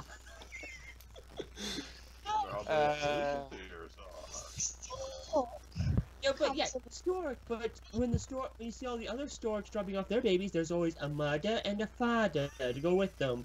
With Dumbo, it's just a mother and the 4 bitches in the corner. Well, maybe one of them. I don't know. Oh, it's so Sam, are you unanimous with Dumbo? You got a triple spine there. Do you agree with Dumbo, Sam? You know, I like Sleeping Beauty as what it was. It may not have been perfect, but it certainly accomplished being having a good storyline, having some good characters, and even having a good orchestra to really work in the score and everything. But you know, I think Dumbo would have to get the vote for me too. So. All right, that was unanimous. All right. Score 1 for the gender fluid elephants. Okay, we are going on the left side. Going on the left side of the bracket now. We've got the number 5 seed. At least it's got an original score, unlike theme music. Yeah, there is that. Number 5 seed versus number 4 seed. Cinderella versus Fantasia. Cinderella. Ooh. The most recent I've seen is Cinderella, and that was back in 2014.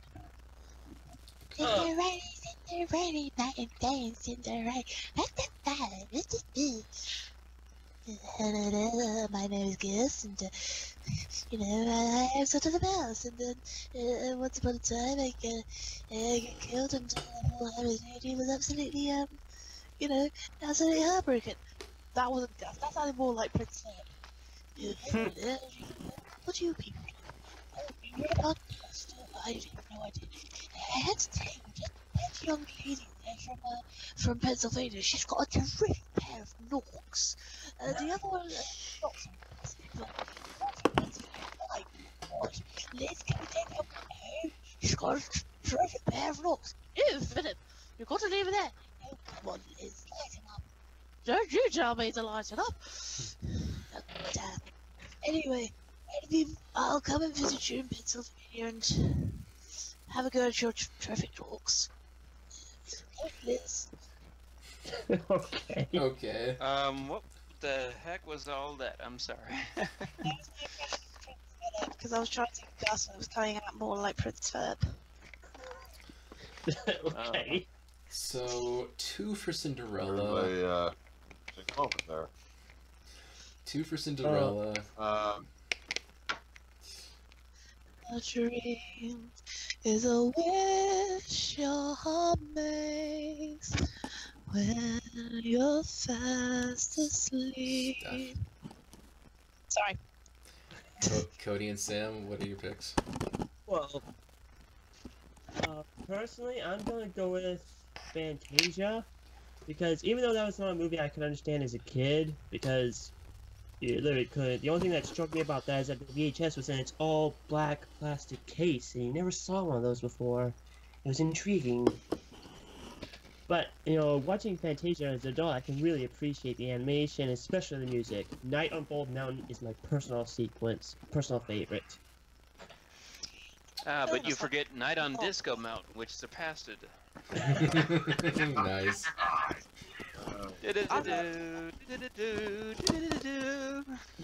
Sam, your pick. It's really hard to compare the two because it's, it's not, like apples and oranges. It's Right. like I know. apples, tangerine. I mean, Exactly.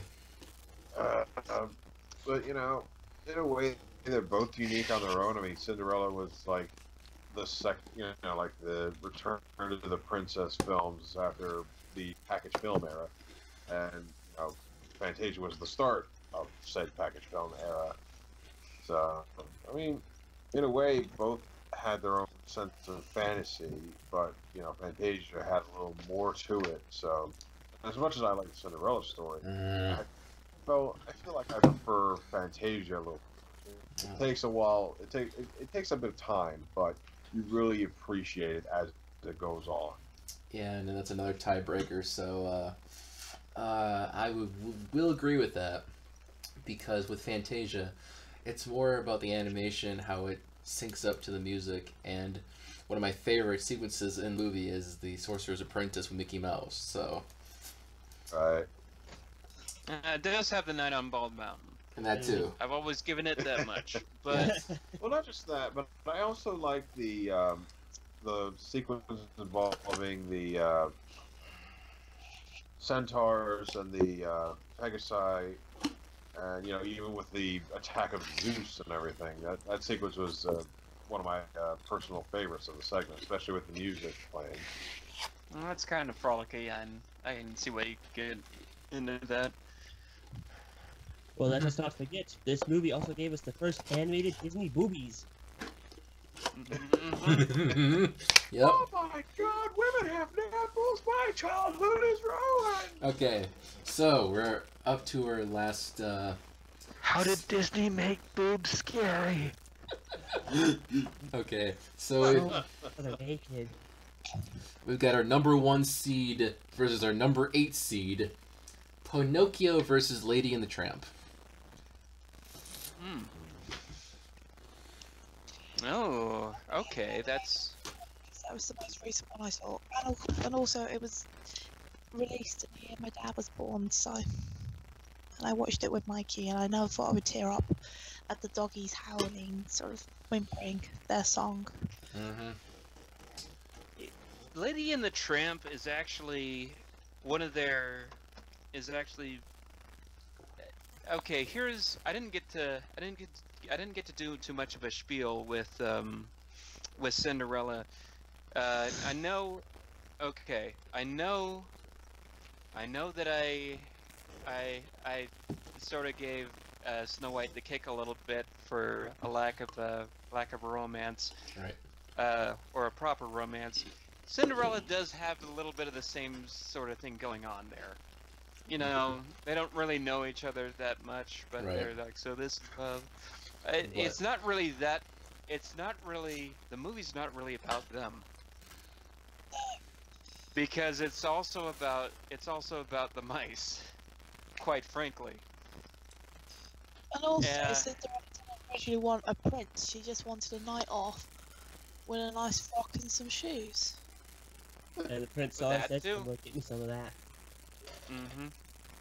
So the whole deal with the prince was just sort of okay. That's nice. It came along. So Lady the Tramp comes along, and it's one of the first cases of a story where the two lovebirds actually really get to know each other. Mm-hmm. They actually get to spend time with each other. There are some cliche moments. Yeah, he does have to. They don't like each other in the beginning because he's kind of a jerk. He's got his own reasons. He ends up rescuing her.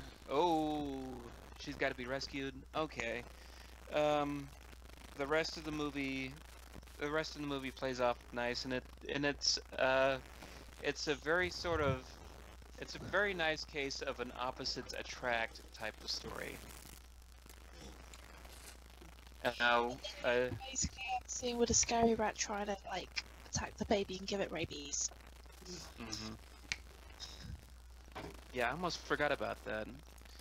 I remember reading The Illusion of Life. Apparently, with that movie, when they were doing the coloring for it, they had to come up with a new color scheme because Technicolor was becoming a big thing at the time. Mm-hmm. But when they did the animation with the rats, they had to come up with the right tint of dark gray in order to get away with just making them look plain black, because with Technicolor processing at the time, and they had fights with the Technicolor people over this, it boosted everything to the point where the colors were just popping everywhere, but a lack of color, complete blackness, would look terrible. If that makes any sense. Oversaturated, like it would just be like somebody ripped the film, you know.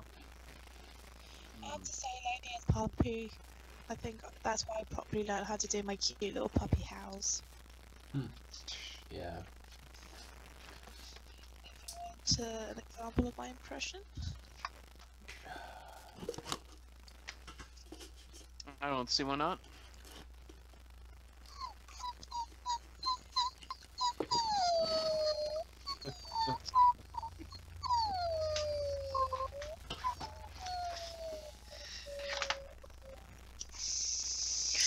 So I said my bit. What about the rest of you guys?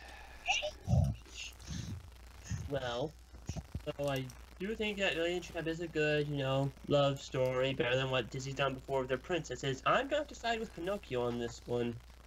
Mmm. Because, unlike these fairy tales that come before, which is all prince, princess, fall in love, break spell. Pinocchio was a different kind of fairy tale about a wooden boy coming to life. There's no love interest whatsoever. And I'd say some nice animation to boot. I mean, every time I look at Geppetto's Clockworks, I was like, I want one of those for my wall. I don't care which one it is. It's also the movie that taught me the word jackass, because they do say that a bit. Yeah, that's true. Like a jackass? Exactly. And then there's something that's always questioned me about this movie. So Pinocchio gets, he proves himself worthy, becomes a real boy. Yeah, the other boys, they got turned into donkeys. What happens to them? What happens to them? Oh, they all became. They all became good kids after a while and got turned back into humans. We watched. Didn't you see the Jonathan Taylor Thomas Pinocchio in the mid '90s? That one. They go off and become 4-year-old boy slaves to the coach, shouldn't they? Yeah. Well, I will say this. One of the funny moments I found in that movie was when they're on the amusement park, Pleasure Island. There is a winkful nod at Popeye, which I'm not kidding. Watch it when they're on Pleasure Island. You will see an animatronic. It's Popeye. It really is some a pipe. Exactly. I think that was probably because at the time maybe Disney had rights to Popeye. I don't know.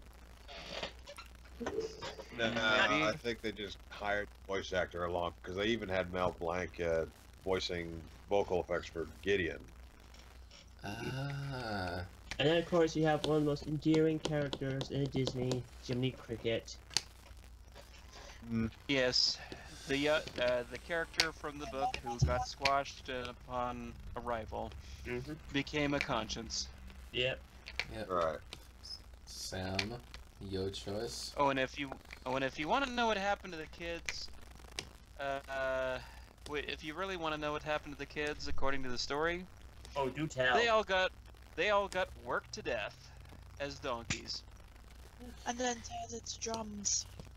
And Pinocchio witnesses the death of, well, Pinocchio almost gets turned into a drum. He gets ripped apart. He gets turned into a donkey and then ripped apart by fish. But he's a puppet on the inside, so it's fine. Lampwick gets he discovers Lampwick as a donkey who turns old and dies right in front of him. I tell you what, in the film, the transformation of Lampwick, that is a bit terrifying. Yeah, I'm surprised that wasn't on the fucking tragedy. Although, or traumatized. Excuse me, it's like that freaked the shit out of me. I don't know about the rest of you. It kind of had its. It kind of did as a kid for me as well. It kind of had its moments, but it's like, okay, this is what happens to bad kids. Yeah, but I wonder how many kids after seeing that movie theaters wanted to go for a pint of beer and smoke a cigar. And still holding my tongue. But as for me, my choice between either Lady and the Tramp or Pinocchio, as much as I like Lady and the Tramp, I actually like Pinocchio a lot more because of not only the animation, but also basically how it takes the storyline and turns it into a different perspective that is effective in the end, even though there are some questions to be remain in the end there. But still, it's still a lot of fun to watch, a lot of good emotion to it.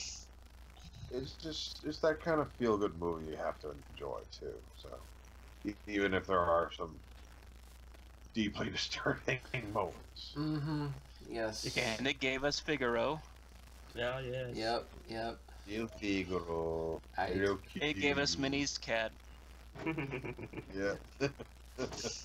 Yeah, I agree with that. Yep. I agree with that as well. I think, of course, it gave us the most iconic Disney song ever. You wish. Zippity doo dah, zip. No, James, wrong movie. Clever bastard. No, when you wish upon a star, it's just, that song gets to me every time, and That's why I was holding my tongue back. So I didn't say. so, yeah, Pinocchio goes into the semifinals. That's when you wish upon a star make you cry, Mike. Yeah, in a way. Oh. So we got the semifinals. First up, we've got Bambi versus Dumbo. Oh. Dumbo. This is gonna be a bit twicky. One for Bambi. 1-1.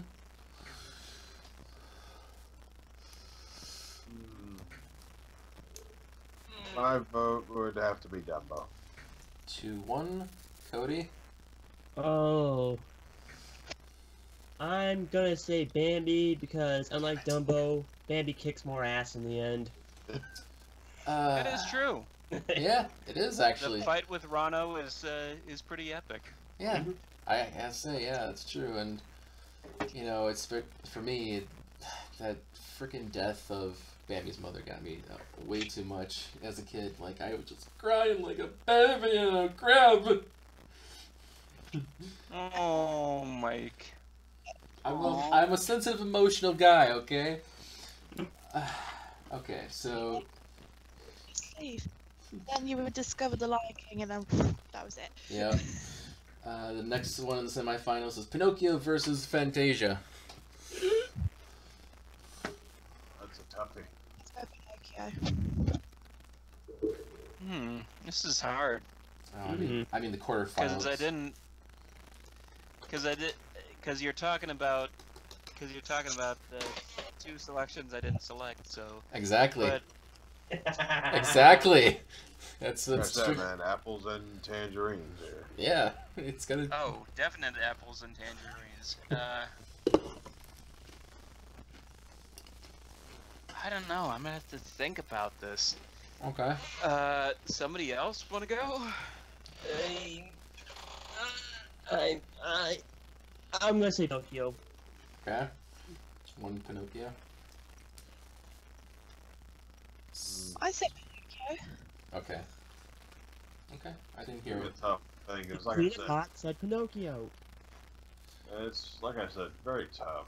I know. Like I said, apples and tangerines. It is. It's a hard choice to make, but if I really had to choose one that's very close, I would probably say Fantasia.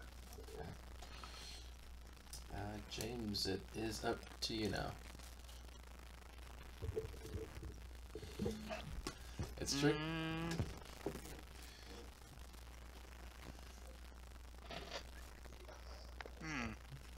If you can't flip a coin, roll a die. Odd, Pinocchio, even Fantasia. Yeah, if you wanna really give it a chance. That's what Cody did. He used a coin for one of the rounds. I was like, Okay, I'll bite. Fantasia has Night on Ball Mountain. damn it. Got the movie. Fantasia has titties. Titties. Yeah. It has the infamous mashed potato breasts. Yep. Yes. Yeah. Yeah, if it... Yeah, fuck it. Fantasia. Oh. Alright, now we're in the semifinals. So it is between Fantasia and Bambi. What? Yeah, I said I said the quarterfinals instead of semifinals, so it's between these two movies. It's between Fantasia and Bambi, and this is the winner of the bracket. It's out of these two. So Fantasia or Bambi. Bambi.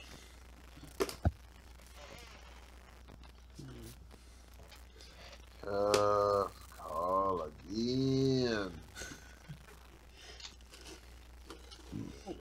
So what's up, Bambi? Bird. Bambi is a bird. Bird. It's a tree bird. Look, baby, it's a rock bird. Look, baby, it's flower bird. That's not a bird. That's all you can say? Stupid. Bird. How you doing, baby? Bird. No, better yet. Bambi, I didn't know you could fly. Bird. Bird. I'm gonna go with Fantasia. Sorry, that last one tickled me. No, you could fly. Bird.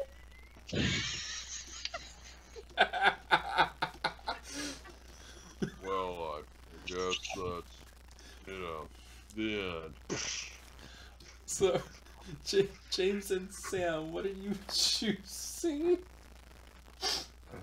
I choose Bambi. Sorry. Okay. Sam? I would have to say Fantasia. Son of a bitch, another tie! God damn you! Okay.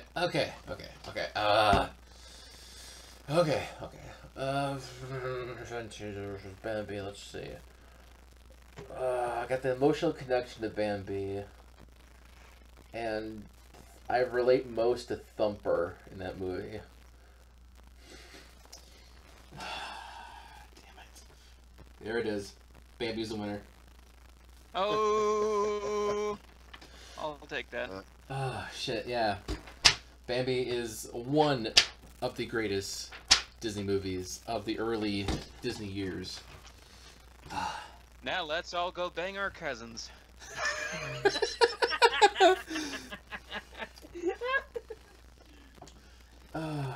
Sweet merciful Jesus.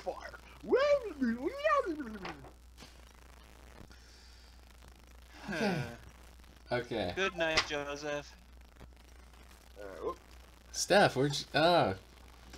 Yes. Got cut. Yes, good night, Joseph. Sorry, you were really a trooper during this whole thing. Steph, god damn it, we lost Steph. Well, I'm just about to head to Not suck another myself. sausage fest. Oh, there she comes. There we go, I think this should be the... That's usually a sausage fest around here. There we are. Alright, so I think it's time to end things off. It's been a wonderful... What did I miss? Not much, really. Yeah. Okay. No. Just for some reason, the tablet was going like power off, shutting down. Okay, that's Oh, yeah. a definite sign that we need... I need to end the stream, so those of you who did watch this live, thanks you for watching, and of course when you guys see this, when it comes archived on this channel, make sure you watch it over and over. Comment below what you thought with the Disney films you wanted to see in the bracket. We'll continue the Disney brackets at another time. There's 4 other ones to go through. So with that, thank you for listening and watching to Cinema Royale. Thanks for all the birthday wishes. I am delightful with everything. James, thanks for the gift. It's a wonderful book. I'm definitely going to read more into the book for sure. You will get your present of me soon. Yes, Steph, I will get that soon. You told me that. Oh, hang on. One more question for the evening from Ryan Watterson. What is the best and worst live-action Disney movie? For me, best, Jungle Book. Worst, Beauty and the Beast. Oh, there we Lightning go. round, go! That's a good question.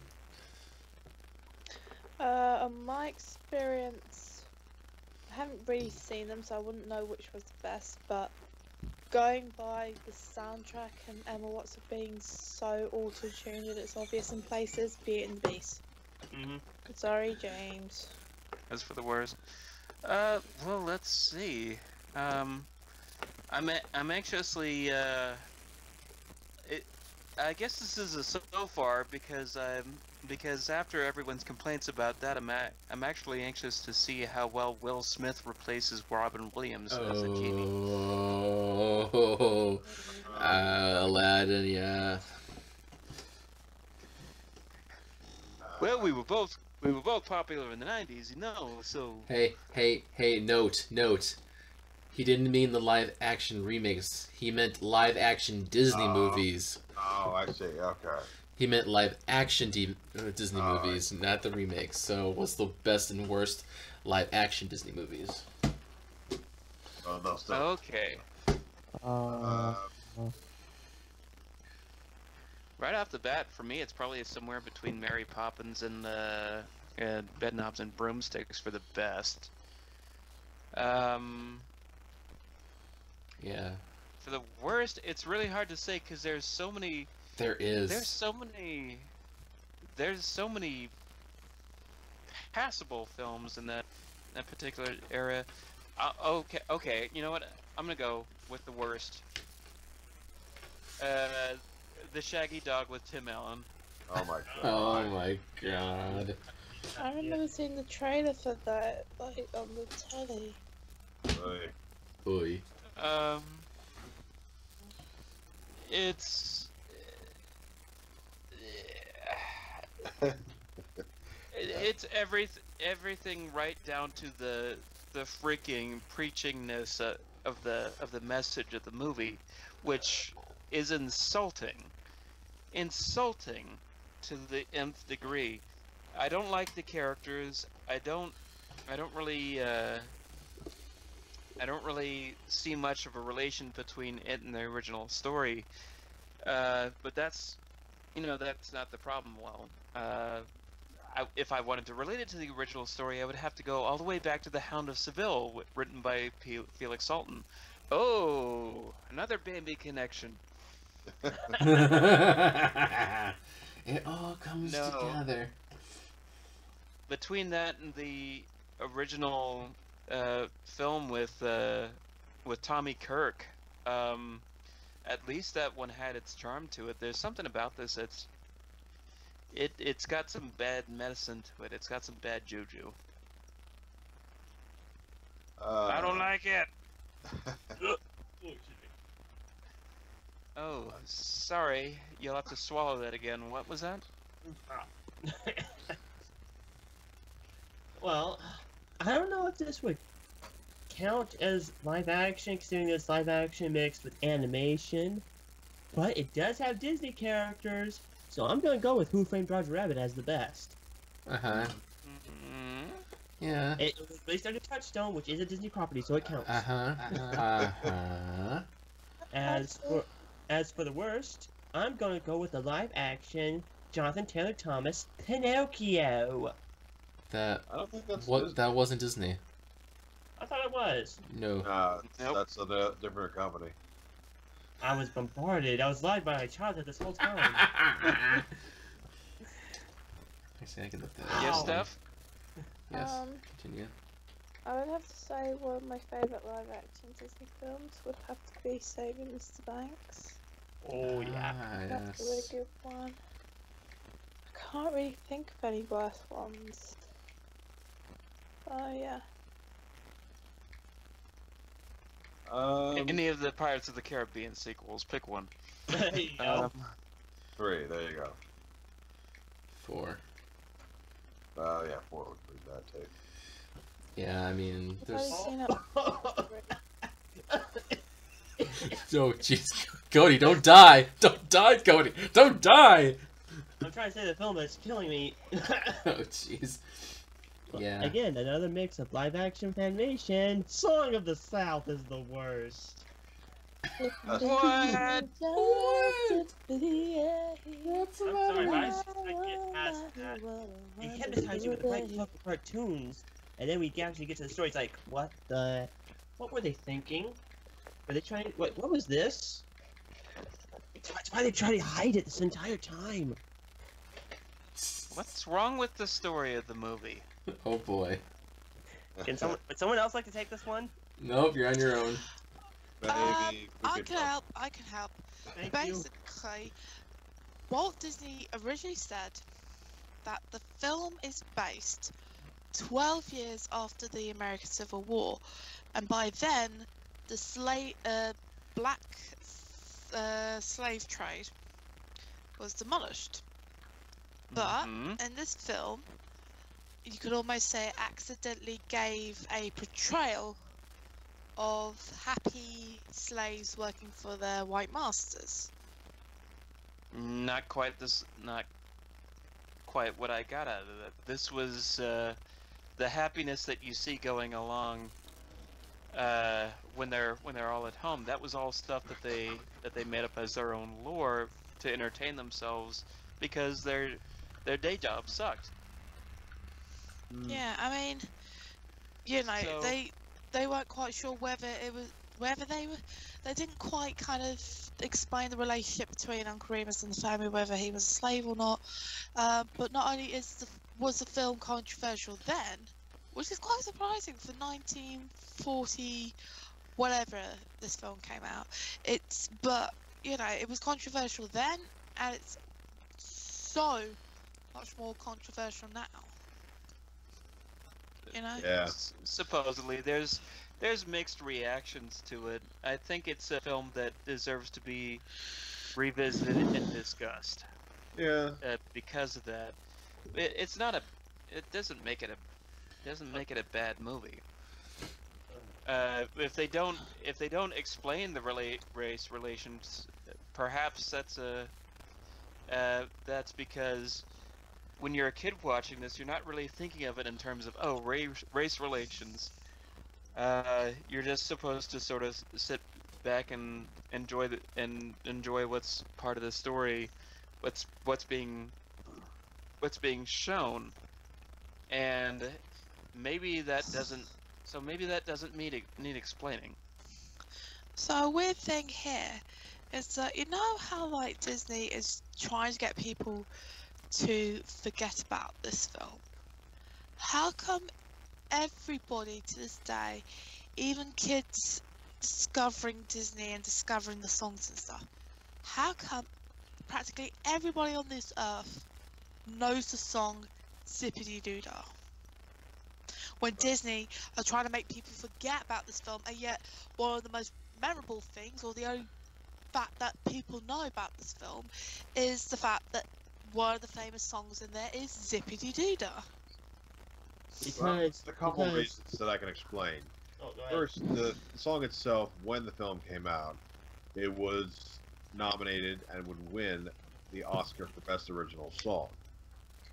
The other thing is, despite the live-action sequences being questionable about the race portrayal and the time period and everything, the cartoon segments themselves have been reintroduced into various clip shows on Disney specials and all this other stuff. Oh yeah, and Splash Mountain. And yes, of course, Splash Mountain too. They used them for not just that, actually. They used the characters for another project for this old Disney World attraction called Mickey Mouse Review, where the character sang Zippity Doo Dah near the end of it. Oh yes, yes. Oh yes. So yeah, I mean, there's still they utilized some of the aspects of Song of the South, but not entirely. So they can't, I mean, there's some things they can mention as reference here and there, but they can't really talk about everything involving Song of the South unless there will be a time where they actually discuss the racial relations back then and everything. So. Can I just change my vote to the Lone Ranger and just put an end to this? Yeah, you can have that. That's a little more competing with the race issue than Song of the South. Yeah. Oh yeah. At least we can agree Johnny Depp makes a terrible Indian. Oh. Yeah. Terribly so.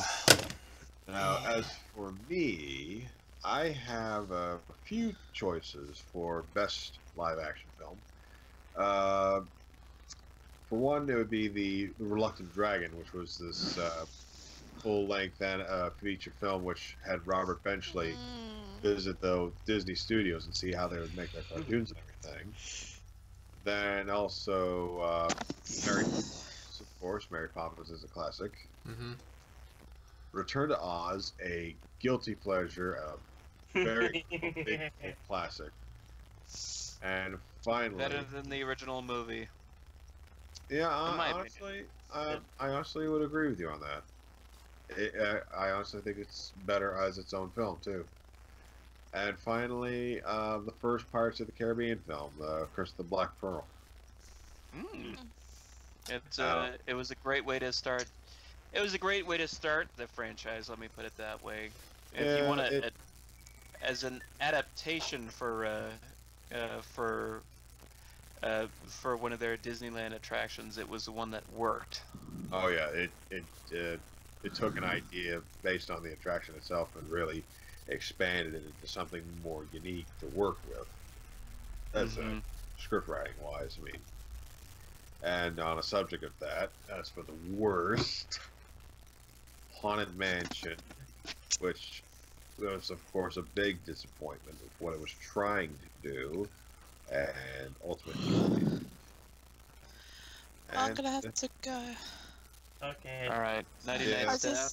I just want to quickly say to you guys on behalf of everyone here, thanks so much for your questions. I'm hoping to do a Q&A session for my channel, so if you've got any sort of questions, Christmas or non-Christmas related, go onto your social media and type out your question and use the hashtag AskJustSteph. So capital A for ask, capital J for just, and a capital S for Steph. So you should be able to find it, especially on Twitter. I have put it out on Twitter and on Facebook with the Mr. Coat group and with the Animat Fan Club. So yeah, I'll see you guys very soon. I'm so proud that I actually managed to stay awake this time. Even though I'm on the brink of just collapsing, but I'm so proud of myself. Thanks guys for your support and stay dramatic. Alright, take it easy. Take it easy. Alright. Yeah, I'm just about to hit the sack myself, so I'll talk to you guys later. Yeah. Alright, so I guess this is where we end the stream. Yes. Unless, Mike, you wanted to mention your favorite and least favorite. God, I mean, I have horrible taste, by the way. You're gonna hate me when I say these. For me, I have a guilty pleasure for Underdog. I don't know. I think they did. It's not a good adaptation. I haven't seen it. It's not a good adaptation of Underdog, but it's a guilty pleasure for me. And then the worst would probably fucking Inspector Gadget. Oh yeah, that's legit. I that's hate. Legit shit. Yeah, Inspector Gadget was just the worst. Oh. Yeah. How is it possible that the straight-to-video sequel to that, in my opinion, slightly improved things by being a little bit more like the cartoon, and not even coming close to the level of the budget of the first film? That's just my opinion. Yeah. Oh yeah, because it did the one thing that the first movie was supposed to do. Be a little bit more like the cartoon. Yeah. Well, you gotta give him some credit for trying to create an origin story for Inspector Gadget, because that always confused me as a kid. It's like, he's a robot cop, but he has a niece. How does that work? Yeah. All right, quick. I'll give him credit. Yeah, he has a RoboCock, maybe. Very quick question. Very quick. We'll end this on the last one here. Which Disney cartoon adaptation is the worst, Inspector Gadget or Mr. Magoo? Mr. Magoo. Magoo. Yeah, Mr. Magoo. Magoo. Okay. Yeah. Thank you for sticking for this long of this first ever live stream. I will try to do more live streams on my channel. I know how to do these now. It just takes a while to set them up. Thank you for listening and watching. Thank you guys for celebrating my birthday and just talking movies and Disney with me. All right. Yep. No problem. Until then, we'll a couple of weeks we might do a episode. Next episode, maybe something holiday related. Who knows? We'll see. Thanks for listening and watching. Good night. Good night. Merry Christmas, everybody. Yeah. Holidays. Peace.